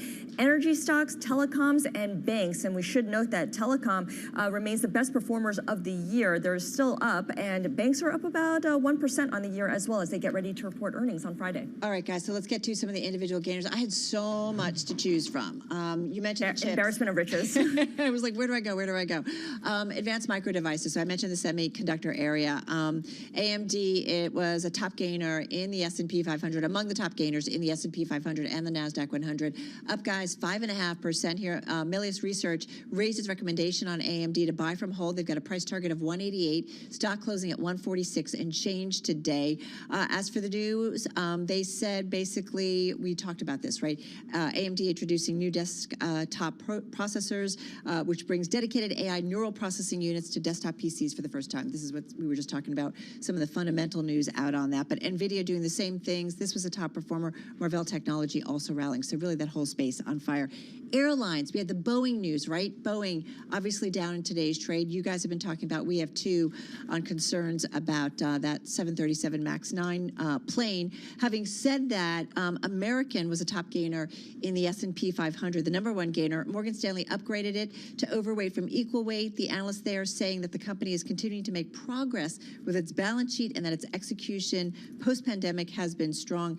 Analysts also saying largely that this is going to be one of the most consequential years for in airline history. So talking about some of the conditions that are out there, I guess, for people to be out there flying. Just an update on that, too, because we've been talking a lot about how this affects Boeing, but we also point out the airlines have made it clear, too, that the grounding of some of these planes is going to have ramifications for those folks traveling. Alaska Air intimated at that, and now we're getting a report, Carol, from Reuters that United says to expect significant cancellations on Tuesday. Well, we did see, too, right, at UAL or United coming out earlier about specifically seeing some concerns too with their 737 MAX 9. So this is kind of some of the headlines. You're right. Julie Johnson talking to us about that. Like, what does it mean for the airlines, the carriers specifically, and what kind of problems that they will see? Hey, one more, guys. We did see the retail group, Lululemon, Athletica, Abercrombie & Fitch, American Eagle Outfitters raising their sales outlooks today on the back of a strong holiday quarter. I'm just going to mention Abercrombie & Fitch. It is up, what is it, about 6.3%. It had a gain of 285% last year. I know. I continue to do it because it's like the sleeper stock. You know, we called it teen retailer for, as a shorthand, but it's no longer. Have you guys gone into an Abercrombie & Fitch recently? Not in decades. They sell a lot of workwear clothing. Like a jacket or something? Jacket, pants, bodysuits. And very neutral colors, everything. Do they sell Crocs? They don't sell Crocs. Did you see this? Crocs, more than 12 times its 20-day average, really a lot of volume. They expect record 2023 revenue. 2023 revenue? Is that right? Fiscal? Maybe that's their fiscal year. After a successful holiday season, and the stock was up. They're talking about 2023, Carol, the fourth quarter. We haven't gotten those numbers yet. I know. I was just jumping ahead. I know it's a little. This is what happens when you get 4 gainers, Carol. You got to, There was so much. You have no idea. Look, I have 2 sheets today. I only way have too 20. much. Anyway.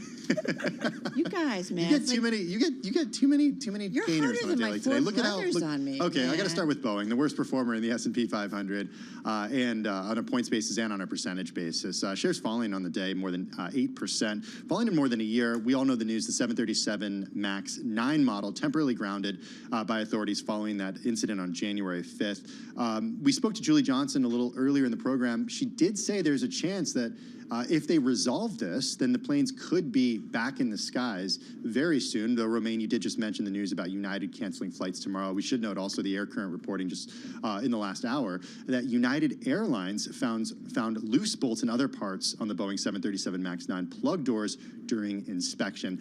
That news actually sent shares lower late in the day. Let's also talk about Maersk and talk shipping a little bit. These are ADRs of Maersk that are traded here in the U.S., falling about 5% on the day. Container company stocks were hit by a report in a Danish publication, Shipping Watch, that said that meetings between Houthi rebels and ship owners had taken place. We should know that Maersk denied any pact with Houthi rebels to facilitate the safe movement of vessels through the Red Sea. Still shares following 4.8% on that news.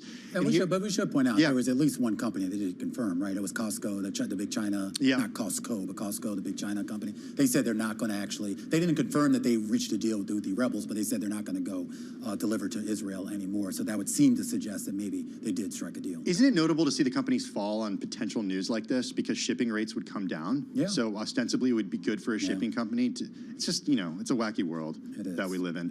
Yeah. Speaking of a wacky world, here's a small cap to talk about. This is Solo Brands, ticker DTC. Oh, I'm glad you brought this up. Yeah. It's a $326 million market cap. Yeah, they make the smokeless stoves. Yeah, no, I know what they are, but why were the shares down 30? Worst day ever. Okay, the company came out and said that it cut its full-year forecast and also named a new CEO. You had one analyst call it, quote, highly disappointing, which I think is an understatement if you own the stock. And Piper Sandler downgraded Solo Brands to neutral from overweight. Yeah. They advertise a lot on Facebook and Instagram. Ah, should I get one?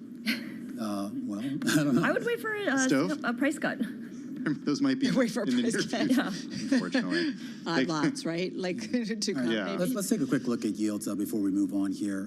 Not actually much to look at here. Yields across the board did move lower here on the day. In fact, the entire curve shifting lower, of course, after last week, all shifting higher back above that 4% mark. 4.36 right now on a 2-year yield. Your 10 still camped out right around 4. Meanwhile, your 5-year dipping back below that 4% level here on the day. But this doesn't really seem, when we talk about the market moves, seem to be as driven as much by the macro as maybe it was towards the end of last year. This really does seem to be a lot of folks just kind of wholesale coming back in, looking for, I guess, what could be considered value, and I guess to a certain extent they found it today. Yeah, it feels like we're in a waiting game right now. We're waiting for a bunch of different catalysts. We're waiting for earnings season to start on Friday. We're waiting for CPI and PPI on Thursday and Friday. We're also waiting for the SEC to potentially approve all those spot Bitcoin ETF applications. So there's just a lot of people waiting to see how things shake out. I also thought it was interesting that there was a fair amount of M&A activity once again in this market. And I feel like, companies aren't going to do it unless they feel pretty upbeat about the outlook. So maybe we'll start to see that play out when we start to get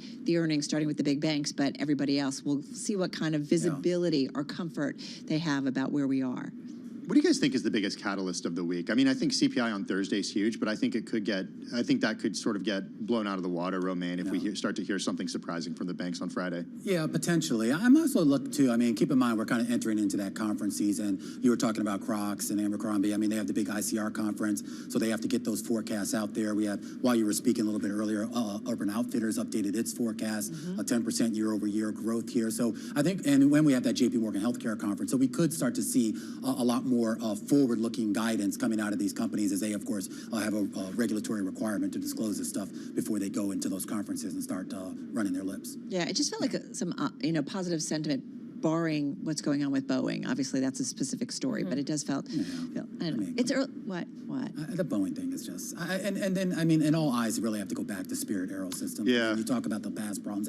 Something's clearly going on over there. And I know we've had Lee Klaskow and a couple people on, or not Lee Klaskow, I'm sorry, a couple other analysts coming on and basically saying that this is clearly more about a manufacturing issue rather than design, which means it would either fall on the airlines or on Spirit in terms of responsibility. Yeah, but people see the name Boeing.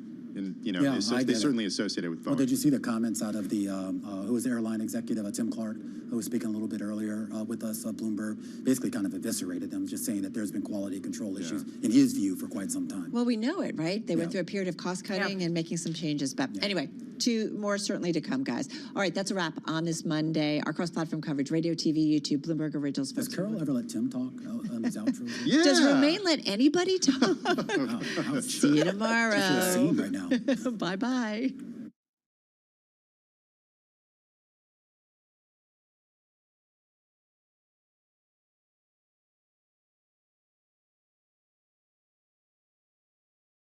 Let it snow, let it snow. Little Dean Martin for you, everybody. Let it snow, let it snow. You might have played that around the holidays, but, you know, we thought maybe a storm this past weekend might have brought us a little snow. It didn't for those of us here in the New York metro. Some maybe further out west in New Jersey, but not much. Our ground certainly too warm and to make anything stick, but it's very different, Tim, from what I grew up with. And I grew up just outside New York City. I know it bums you out. You love snow. I love snow, big time. Also, skiing out west, you saw the pictures from December. Mm-hmm. There was very little snow in places that typically have lots of snow. We saw sell-off in Vail Resort's stock last week, actually, after a downgrade as a result of that. Bloomberg Opinion's Mark Gongloff notes that storms will keep happening, but the long-term trend is warmer winters with less snowfall, which will bring severe consequences such as water shortages and lost economic activity. We love reading Mark, even though sometimes, Mark, it's not depressing. so happy. But we always end on a high note, okay? Mark is Bloomberg Opinion editor. He's with us Still here in our love you. Bloomberg Interactive Brokers studio. You can read Mark's story and more from Bloomberg Opinion on the Bloomberg or at bloomberg.com/opinion. It's not pretty, Mark, because when you think about snowfall, it's connected to a lot when it comes to our ecosystem and our economy. Yeah, I'm the opposite of Carol. I really can't stand snow, but the more I studied snow, the more I realized how much we're going to miss it when it's gone. It does so many things for the economy. It's about a $20 billion industry. The sort of ski, winter snow, winter sports adventure industry, tourism. But beyond that, it also the snowpack in the mountains. It melts slowly, and so it provides key water sources during like the spring and summer months, and particularly out west where they're maybe going through a drought, or this will provide them the water they need. So if there's not a lot of snow, they don't get that much water. It's important for biodiversity. Plants and animals love it. Winter wheat needs it. Fruit and nut trees need it. I could go on and on about all the things that snow does beyond just look good and bring back feelings of nostalgia. But it is kind of a bummer. Just generally, I think, just to see it change, and it has already changed over the decades. There's just less snow. Generally, the snow seasons are shorter, and that trend looks set to continue. Well, and yeah, I mean, we used to build igloos and, tunnels, and it's just kind of crazy. We just had so much snow, and it stayed with us for weeks, if not months. It didn't go away.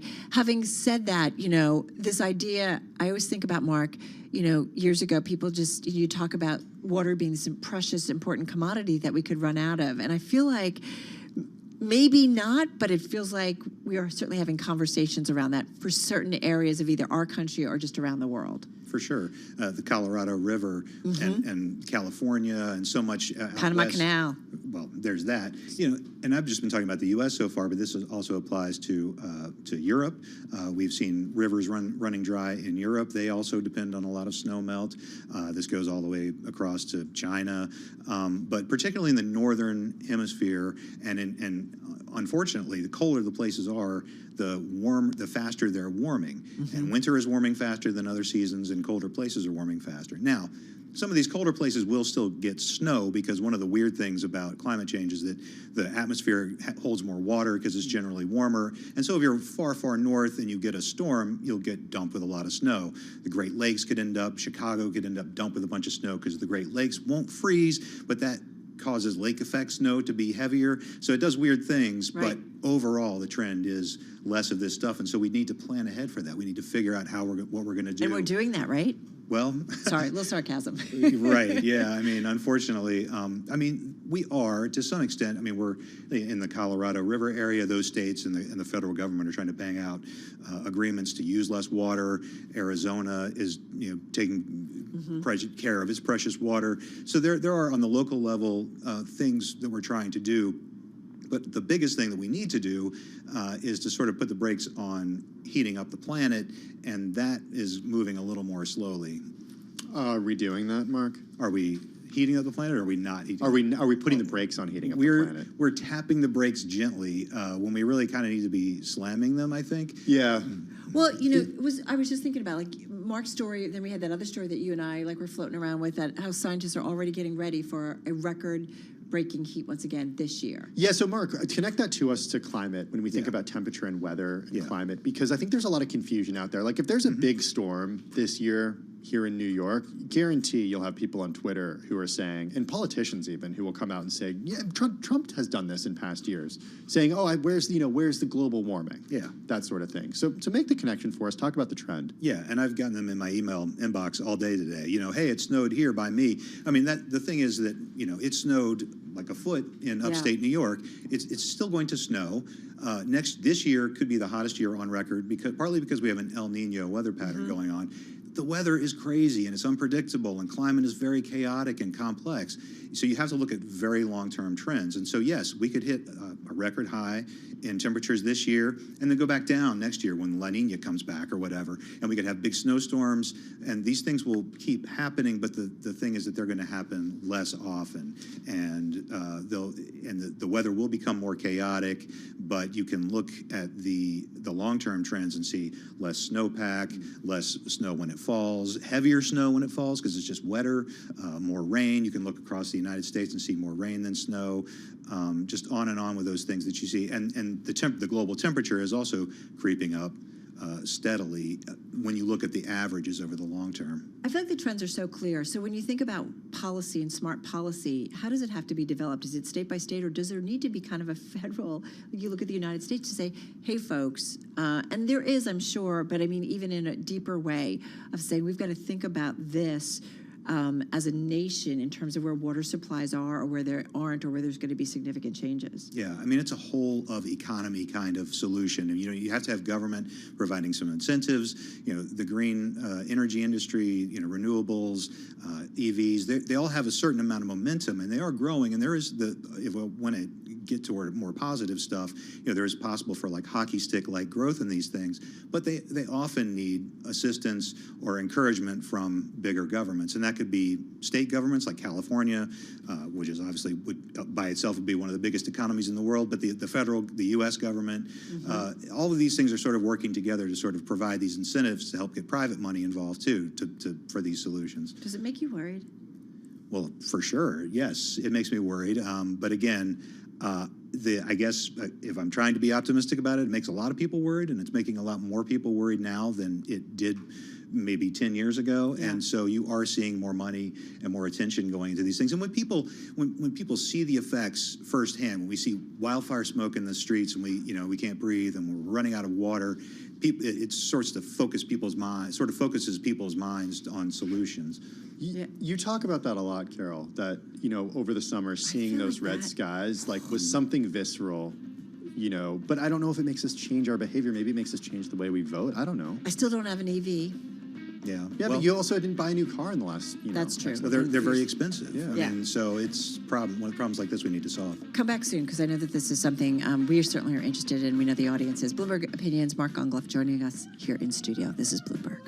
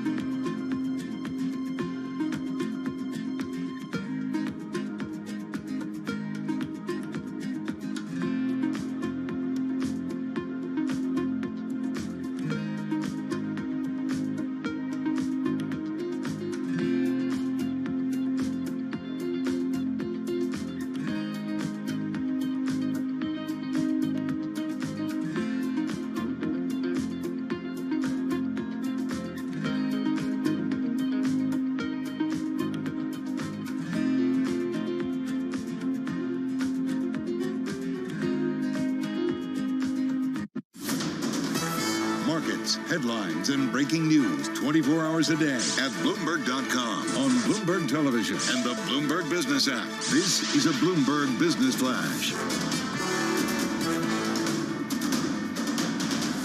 It's 4:21 on Wall Street. We do check markets all day long here at Bloomberg. United Airlines is now confirming that it did find some instances that appear to relate to installation issues in the door plugs of its 737 MAX 9s, including loose bolts. United says the findings will be remedied to safely return the aircraft to service.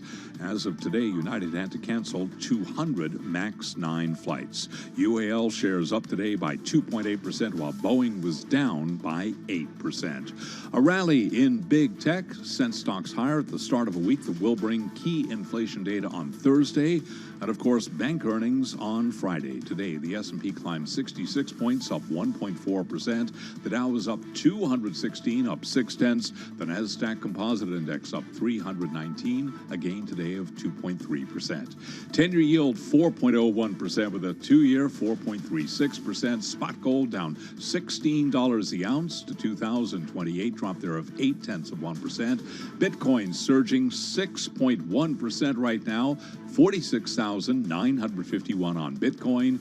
Gold today down $16, as I mentioned, down 0.8%. West Texas Intermediate crude down 3.8%, $71.03 a barrel.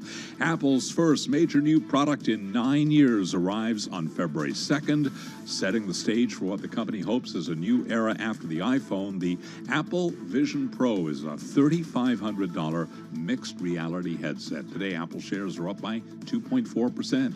Recapping, the S&P rallied 66 points today, up 1.4%. I'm Charlie Pellet, and that is a Bloomberg Business Flash. All right, Charlie, thank you so much. I feel like we should be playing It's the End of the World as We Know It, because it just feels like... That might be on the list today. I don't know. The amount of risks that are out there are just kind of freaking me out here in this new year. And I'm not like someone who's like, Chicken Little. But it just feels like we just talked about climate change, and it's expected to get hotter than even last year. Yeah, and then there's, of course, the geopolitical concerns that we've been highlighting as we closed out 2023 and kicked off 2024. I mean, you know, look at shares of Maersk today falling because they denied that they've reached an agreement with Houthis to stop attacking ships going through the Red Sea. The business impact already happening. Yeah. When it comes to risks overall, engaging and analyzing their impact, the Eurasia Group is always a go-to, and the company's report on top risks predictions for 2024 points to a year of grave concern. So let's get into it and to some of the risks with Eurasia Group Chairman Cliff Kupchan. He is at the Bloomberg News Bureau in Washington, D.C. Cliff, so nice to have you here with Tim and myself. I want to say welcome and Happy New Year, but I feel like it might not be a good year. There's lots of reasons out there. Is that a fair assessment? And is it more than any other year in recent time? We just dealt with a global pandemic a few years ago.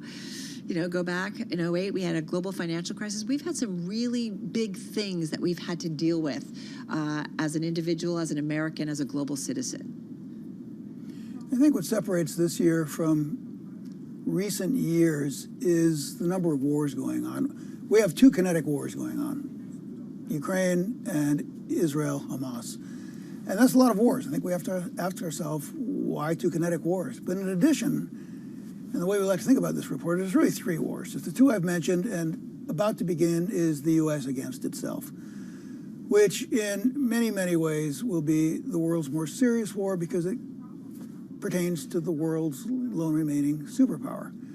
Three wars with no guardrails, three wars that we think have no leaders that can really fix the problem, and three wars where the two sides don't even necessarily agree what the war is over, and that's really pertains to the United States. So, yeah, I think risk is a thing that we always worry about, but this year it's got a real edge to it. Does it feel like investors are ignoring the risk out there? I mean, we're almost at all-time highs on the S&P 500 right now. I think on the potential for escalation in the Middle East, there's a bit of a head-in-the-sand thing going on. I mean, for instance, I would be surprised if the U.S. didn't hit the Houthis pretty soon in Yemen. Wow. How's Iran going to react? Don't think they'll do much, but I sure hope they don't. I think that's one aspect in which investors have their head in the sand. But the bigger one is what's about to go on in this country. we're about to see President Trump get the nomination in a couple of months, and then, we're in a new era. We're in an era where he gets the media, he controls the funding, he controls the TV.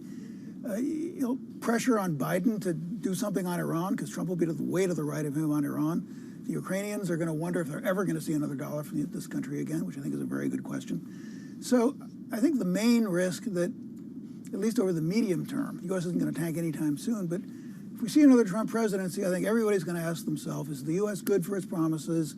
Is the U.S. the haven, the safe haven for money that it's been since the Second World War? Those kinds of questions are going to be honest. Cliff, I've got to say, this whole idea of the U.S., basically at war with itself, against itself, and really the division and questioning American democracy. And I do wonder what happens on the other side. And we're a young nation still, right? And I look at some of the older countries. There are often times where they're questioning kind of what is going on internally. Is there something from history that you think we can draw upon to kind of figure out and say, well, this is kind of normal in a young country's history, and try to figure out and maybe make some conclusions about where it goes from here? I can't think of a democracy. Look, this is kind of unique. We have a guy running for president in a democracy who tried to curtail, to be nice to him, democracy last time we saw this movie. I think the only analogy, and it's not from distant history, but what happened to Hungary after Viktor Orban really got his mitts around it? Well, is Hungarian democracy ever going to rebound? Polish democracy did. Hungarian democracy, I don't know. So there's a real question as to how much we can absorb, how much damage the U.S. can take the second time around. I don't think history is a very good guide, because this is really very ahistorical and rather unprecedented. What would be your message to politicians? Because I think that people within Trump's party, I've been very surprised to see the way that they've rallied around President Trump after January 6, 2021.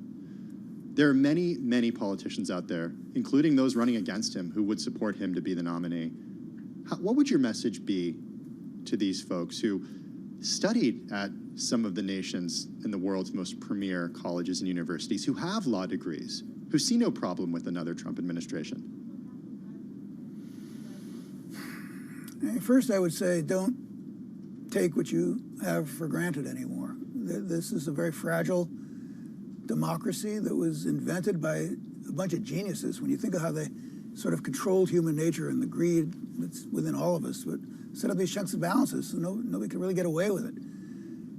But it's fragile, and it's fragile to a huckster, to a really good politician like Donald Trump, who can, who can feed scared people and induce them to vote for him. So I would tell politicians to sort of get real and be very jealous of what you have, first of all. But secondly, I think the rest of us here have to really, respect wouldn't be the word, but be very cognizant of what's going on in this country. That, when I go home to Wisconsin, when I go home to central Wisconsin and talk to people, and 80–90% of them vote for Donald Trump. And these are church-going, God-fearing, good people. Give them their money at night and give it all back in the morning. They're very honest people. They're scared. They're misguided. They get bad information. But I think all of us have to sort of see this guy as legitimate, and then sort of look within ourselves and say, how did we get here? Because we're not in a very good place. I felt that way about the uprising and the siege at the Capitol. Like, I want to understand these people. Why are they doing this? Why are they? I kind of want to understand why someone thinks that way. I don't walk around in their shoes, and they don't walk around in my shoes. But I kind of want to understand. How do we do that, though, where people, in terms of how they get their information, it is often a chosen source, one source, which can lead to kind of this vacuum, and it can potentially be a vacuum of misinformation. Well, we all got to make an effort, and I didn't, join you today, come on the radio to tell stories, but I'm going to share one quick second one with you. So I was on vacation during COVID. It was in West Virginia, and I called the Central Committee of the Republican Party of XYZ County. It was a real county, and it was real conservative, and I kept my 15-year-old son. We met with him for lunch, and it was the most fascinating 3 hours I think I've had in a long, long time. These far-right Republicans felt like they had seceded from America, felt like nobody in Washington cared what they thought about, and they said I was the first person from Washington they'd ever seen. And you know, I think there's an actual conversation to be had somewhere. Nobody's trying. These aren't necessarily bad people, they're scared people. But I think there's got to be some kind of trust between these two poles that are just widening and widening and widening. There's got to be some place in the middle where we can have a conversation, because we all are decent people. We all come from the same founding fathers, but nobody's trying right now. We're all just getting further and further into our nativistic corner. So the trend line's not good. I don't think it's inevitable, but it's not good. Well, you may have not come on to tell stories, but we certainly wish you did, because we feel like it's very, realistic now in terms of what's going on, and really resonates and plays to some of the risks. As you say, the number one risk that you guys have identified is the U.S. versus itself, which is just wild. Come back soon. Come back soon. Do you think we'll get 20 seconds come out in a better way, or it's 50-50 at this point? Well, let me say that there are really good stories out there. Yeah. Mexico, after Ms. Sheinbaum is going to be, I think, a really good president of Mexico. Modi's going to get reelected. India's headed in a good direction. There are good stories, and I think we should, next time I come back, maybe we can do the good news, because there's good news. All right. Okay, promise. It's a deal. You open invitation. So appreciated. Eurasia Group Chairman Cliff Kupchan joining us from our bureau in Washington, D.C. Hey, let's stay in Washington, D.C. and go to the Bloomberg 99.1 newsroom. Get to check the latest world and national news. Here's Nancy Lyons. Hey, Nancy. Thanks, Tim. Former President Trump is claiming immunity in another one of the criminal cases against him. Bloomberg's Eric Larson has some of the details. This time he's making the argument in Georgia, where, of course, he's facing a state-level criminal prosecution for allegedly conspiring to overturn the result of the 2020 election. This is the case that was brought by Fulton County District Attorney Fani Willis. Bloomberg's Eric Larson reporting. Meanwhile, attorneys for Trump will argue tomorrow before a federal appeals court that Trump should have immunity in a federal election interference case being handled by special counsel Jack Smith. President Biden is on the campaign trail today and spoke in Charleston, South Carolina this afternoon before the congregation at Mother Emanuel AME Church, where white supremacists killed 9 people. It's because of this congregation and the black community of South Carolina, and not an exaggeration than Jim Clyburn, that I stand here today as your president, because of all of you. That's a fact. That's a fact. Biden needs black communities to turn out in November in order to carry states that will decide the 2024 election. But polls show those same voters have grown increasingly frustrated with the administration on key issues. His favorability among black voters in 7 swing states has slipped 7 percentage points since October to 61%. That's according to a Bloomberg News Morning Consult poll. The White House is weighing in on the emergency hospitalization of Defense Secretary Lloyd Austin that was largely kept a secret. National Security Council spokesman John Kirby says those in the chain of command should have been contacted. He says a review of the situation will be conducted. Global news 24 hours a day and whenever you want it with Bloomberg News Now. I'm Nancy Lyons. This is Bloomberg.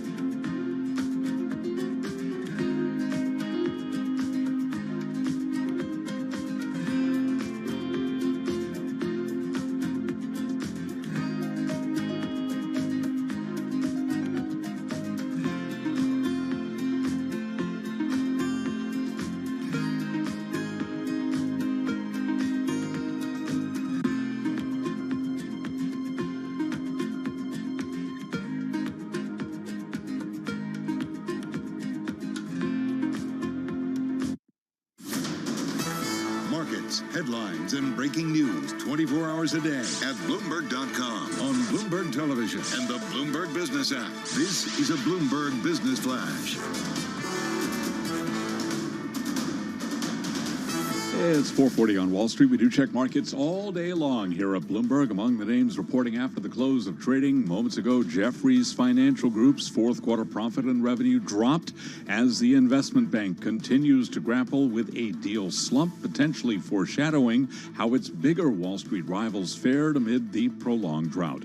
After hours, we do have shares of Jefferies Financial down now by 3.71%. An update on Wall Street, back to work Monday. First full trading week of the brand new year. A rally in big tech sent stocks higher at the start of a week that's going to bring us key inflation data and, of course, bank earnings on Friday. Here's where we ended the day with the Dow at 37,683, a gain today of 216 points, up by 0.6%. S&P 500 up 66, a gain of 1.4%. The NASDAQ Composite Index rallied 319 points today, up by 2.2%.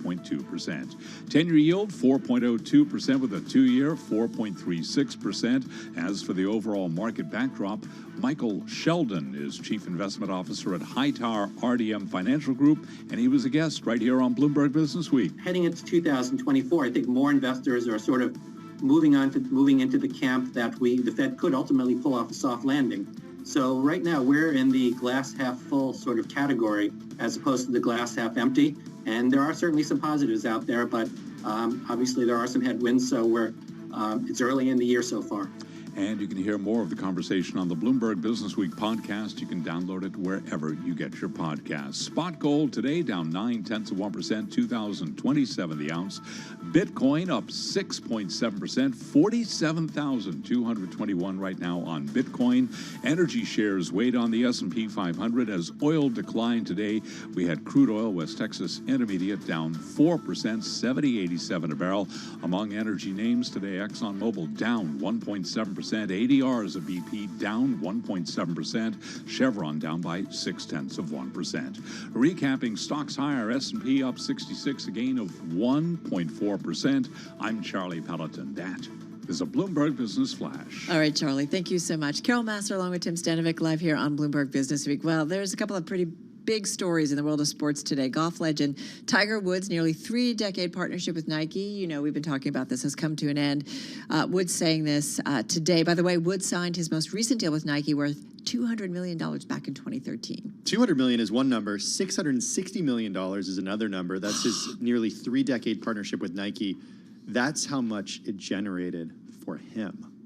Him alone. Him alone. That's a big deal. That's not taking into account inflation and everything and, like, you know, investing the money. Details. Yeah, but still, that's a lot of money. Hey, that's one piece. Another is the latest from Business of Sports reporter Ira Boudway, all about how everyone, including tech companies such as Amazon and Apple, want a piece of the NBA's new national TV contract. Ira is Business of Sports reporter for Bloomberg News. He's here in the Bloomberg Interactive Brokers studio. Let's start with this Tiger Woods news because, wow, I mean, Tiger Woods and Nike, like that association, that's it. It's the red polo shirt and the Nike swoosh. Yeah. And I'm not even a golfer, and I know that. Yeah, I mean, it's a pretty iconic part of that sport, and it's something that weathered some controversy. They stuck by with him. Yeah, it's very familiar. So, and it's interesting. I think we'll find out in the coming days how much this was something Tiger wanted to start and try something new, and how much this is Nike kind of not really wanting to invest as much in golf. That's an interesting point. I sort of assumed it was the former rather than the latter, without any reporting on this. Right. I mean, there had been reports that Nike was looking to maybe exit or at least pare back its golf, but Nike says that no, they are committed to it, fully committed to it, and they have a pretty large stable: Rory McIlroy, Scottie Scheffler. So it's not like Tiger Woods was the only person, but he's certainly the biggest name in the sport. No, it speaks to, right, like, you know, a younger generation, right? We've talked about this, about changes in terms of games, or I think about baseball, the length, and like just things that maybe a younger generation is like, yeah, I'm not really into this. And golf is certainly, I grew up with a dad and 4 brothers, and that was their rite of passage. They all learned golf. But it's not necessarily the case for a younger generation. I do think about things, though, like, and I want to segue a little bit to your story about the NBA and basketball, because it feels like they have kind of a booming audience, but it feels like in terms of how people are watching, again, continues to be in different ways. Tell us about, though, because there's going to be a new contract coming up, right, for some of the broadcast rights. That's right, the national rights. The NBA's at the table for the first time in a decade. Their current deals expire next year, so they're going to get new ones signed this year. And the negotiating begins in earnest in March with the incumbents. Right now it's Disney and Warner Brothers Discovery, who has TNT. Disney has ABC, ESPN. That's where you can find nationally broadcast games. This time around, everybody seems to think they're going to need to expand their stable of partners to include some of these tech giants and streaming options, because that is, like you say, where the audience can be found now. What's the money look like in a deal like this? Because as you wrote, at $2.7 billion per year, it was almost the triple the annual value of the previous agreements. The deal's not just helped the NBA bring in new players and spend a ton of money, but it also increased the value of these teams so much. We've seen this across sports. What does more bidders do? I mean, economics would tell us that it drives the prices even more. Yeah, and I think in this sort of fractured landscape where the legacy media companies are sort of in cost-cutting mode at the moment, it's not ideal for the NBA, but they really then have to find new bidders at the table, both to drive up the price and to maybe find ways to slice off different packages so that you're selling maybe an exclusive on Friday nights to Apple, and maybe this new in-season tournament that they started this year to Amazon. You know, these are just theoreticals, but the idea is you're going to have to slice it up more ways to bring in more partners and more revenue and keep moving upwards, because I don't think they're going to be able to just do kind of cookie cutter deals with their 2 partners that they've been with for a long time and keep tripling revenue. That's just not where the economics are right now. Ira, I'm listening to you and I'm thinking about the economics for consumers in a fractured landscape. Right. This whole idea we keep kind of laughing about, we're now bundling streaming services, or, we've moved to that. It just sounds like it could potentially, if you're really into the NBA or just sports at large, you're going to have to make sure you're subscribing to various streaming services if you're not already. That's right. If you are a completist, it's going to probably take more services, more subscriptions, more passwords to keep up with it. I mean, the NFL this weekend is doing, for the first time, a playoff game exclusively with a streaming partner on Peacock. So this is just the way of things. Is this consumer friendly? Like, I heard Mike Regan the other day on Bloomberg Radio talking about this in the context of that streaming story from the Wall Street Journal a few weeks ago, Carol. I think it was last week, actually. Oh, yeah. About people cutting their streaming services. And Mike was like, okay, well, I've been watching a lot of soccer, so I need Apple TV for that. You pretty much can't watch football without a cable subscription, am I right? You can get like the NFL Sunday Ticket direct to consumer, but then there's also the Thursday night games, and those are on Amazon. And I don't even know about sports, and this is what I'm saying. Yeah, it's definitely become more tennis I can't watch anywhere. Right. I mean, it's interesting. Like, if you can afford it, you can be overserved. Right. Yeah. You can see behind the scenes stuff. You can see every game. You can see every game on any device that you want to. So in a lot of ways, it's gotten more convenient, but it's also gotten more complicated. It used to be you turned on and it was either on CBS or NBC or ABC, right? And that was that. So it's just, I think consumers are just going to have to adjust. But there definitely tends to be a lot of friction. You hear from consumers who are disappointed or angry when they can't find it where they're used to looking for it, or when streaming services can't handle the simultaneous data load. So that's why the leagues are trying to manage this transition carefully. They want to see, for instance, Amazon has done a pretty good job with its Thursday night NFL package. That probably makes the NBA more comfortable if it wants to do a deal with Amazon, right? They're trying to dip their toes in the water to make sure it works on both ends. Leagues and teams, I mean, in general, love it because it just means more money coming in. I think so. It's really interesting because for Amazon, it's not the same forgive me, model. just about 30 seconds. Okay, yeah. I mean, we're going to find out what is it worth to Apple and Amazon and Alphabet, because they're not ad based. They're not in a cable bundle. Yeah. So what do they do with it? What's it worth to them? Okay, 20 seconds. What do you cover this stuff? Like, what do you have? What do you watch? I have a lot of them, but I try to add one and drop one. So if I'm going to pick up Paramount, I try to figure out one that I don't need keep for the now. equilibrium. Right. So there's like household. there's a churn, Okay. which is a problem for the I subscription think services. that's the answer. You just need to be nimble and willing to, Yeah. okay, I'm done with this. Peacock's on the Tour de France, and then I get it every year, and then I don't cancel it. So now Succession's we're paying over, you get rid of Peacock. it. Like, you know, like whatever. I don't Yeah, know. that's a good point. Just it's a lot of work. It is a lot of work. Ira Boudway, thank you so much. Really appreciate it. Business of Sports reporter at Bloomberg News here in our studio. This is Bloomberg Radio.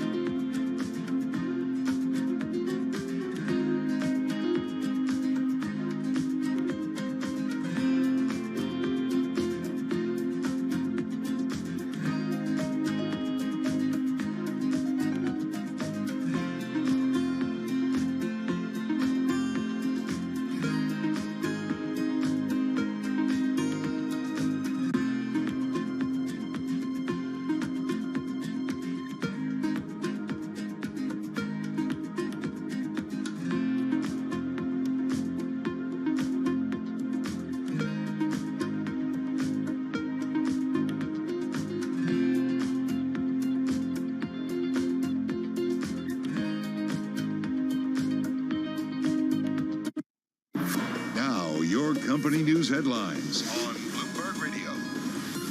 From Bloomberg World Headquarters, I'm Charlie Pellet. As we have been reporting, and as we were just discussing, golf legend Tiger Woods' nearly 3-decade partnership with Nike has come to an end. Nike shares today did advance by 1.5%. Papa John's International says it opened 14% fewer restaurants than expected last year, in part due to the war between Israel and Hamas. And with more on that story, here's Bloomberg's Steve Rappaport. Charlie, Papa John's joins a growing number of global businesses reporting ongoing impact from the conflict. The pizza chain says it had 210 net openings in 2023. In November, the company said it expected to open at least 245 last year. The company said opening delays due to the ongoing conflict in the Middle East explained part of the shortfall. Other factors included unanticipated closures in international markets, including the UK, where the company has been reorganizing its businesses. Earlier this month, McDonald's CEO said the burger chain was experiencing a, quote, meaningful business impact in the Middle East due to the war between Israel and Hamas without providing specifics. Charlie? And as Steve Rappaport reporting, McDonald's shares up today by 1%, Papa John's up by 1.8%. Apple's first major new product in 9 years will arrive on February 2nd, setting the stage for what the company hopes is a new era after the iPhone. The Apple Vision Pro is a $3,500 mixed reality headset. Today, Apple shares gained 2.4%. And those are our top company stories at this hour, and this is Bloomberg.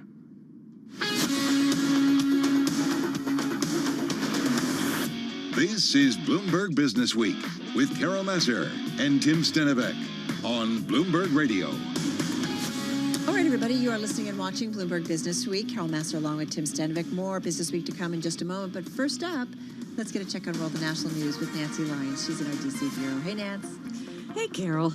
Congressional leaders are working to avoid a government shutdown after striking a weekend deal to fund the government. Senate Majority Leader Chuck Schumer and Speaker of the House Mike Johnson made a joint announcement of the nearly $1.7 trillion deal yesterday. Former OMB director and former acting White House Chief of Staff Mick Mulvaney tells Bloomberg Speaker Johnson has just got to deal with Democrats, which is exactly what doomed former Speaker Kevin McCarthy. The question the conservatives are going to be asking is, how is this different? Mike Johnson has got to be able to go to them with something and say, look, here's why you should keep me.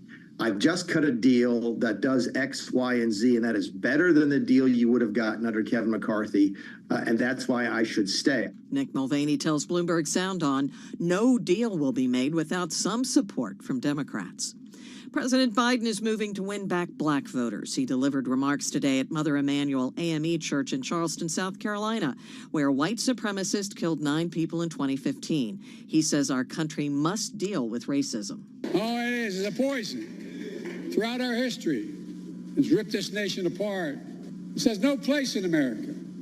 Not today, tomorrow, or ever. Biden needs black communities to turn out for him in November in order to carry those states that will determine the 2024 election.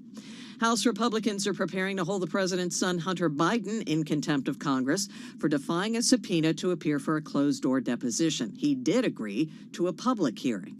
The committees leading the impeachment inquiry into President Biden will vote on Wednesday to bring the contempt resolution up for a full House vote. A new national champion in college football will be crowned tonight in Houston. The Michigan Wolverines are set to face the Washington Huskies in the College Football Playoff National Championship game at NRG Stadium. Global news 24 hours a day and whenever you want it with Bloomberg News Now. I'm Nancy Lyons. This is Bloomberg.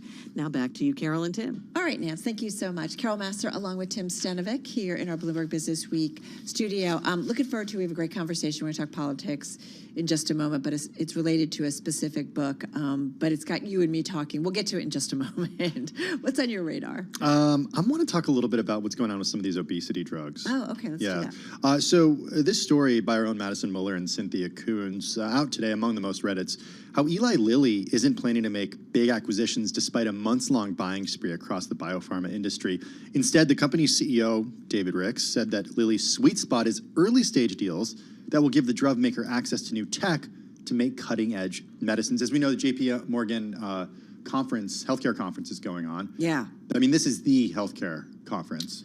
Yeah, this is an incredibly important event. I love this quote that he says, we don't have a big buyout strategy. Taking out a peer that's not on my list at all, he said at that conference. Kind of makes sense. And this is what big pharma does, right? They really look for upstarts, biotech, new companies, and maybe being able to tap into some new development they have and then actually kind of ride the wave, if you will. But it could be a long time. Well, think about the drug development process. I mean, you can actually look at this from the perspective of what a CPG company does too. Mm-hmm. So you let the startups experiment and fail, and experiment and succeed. Right. So if you're, Pepsi or Coke, you let those startup snack makers or beverage makers go out and test the market, and you buy one that's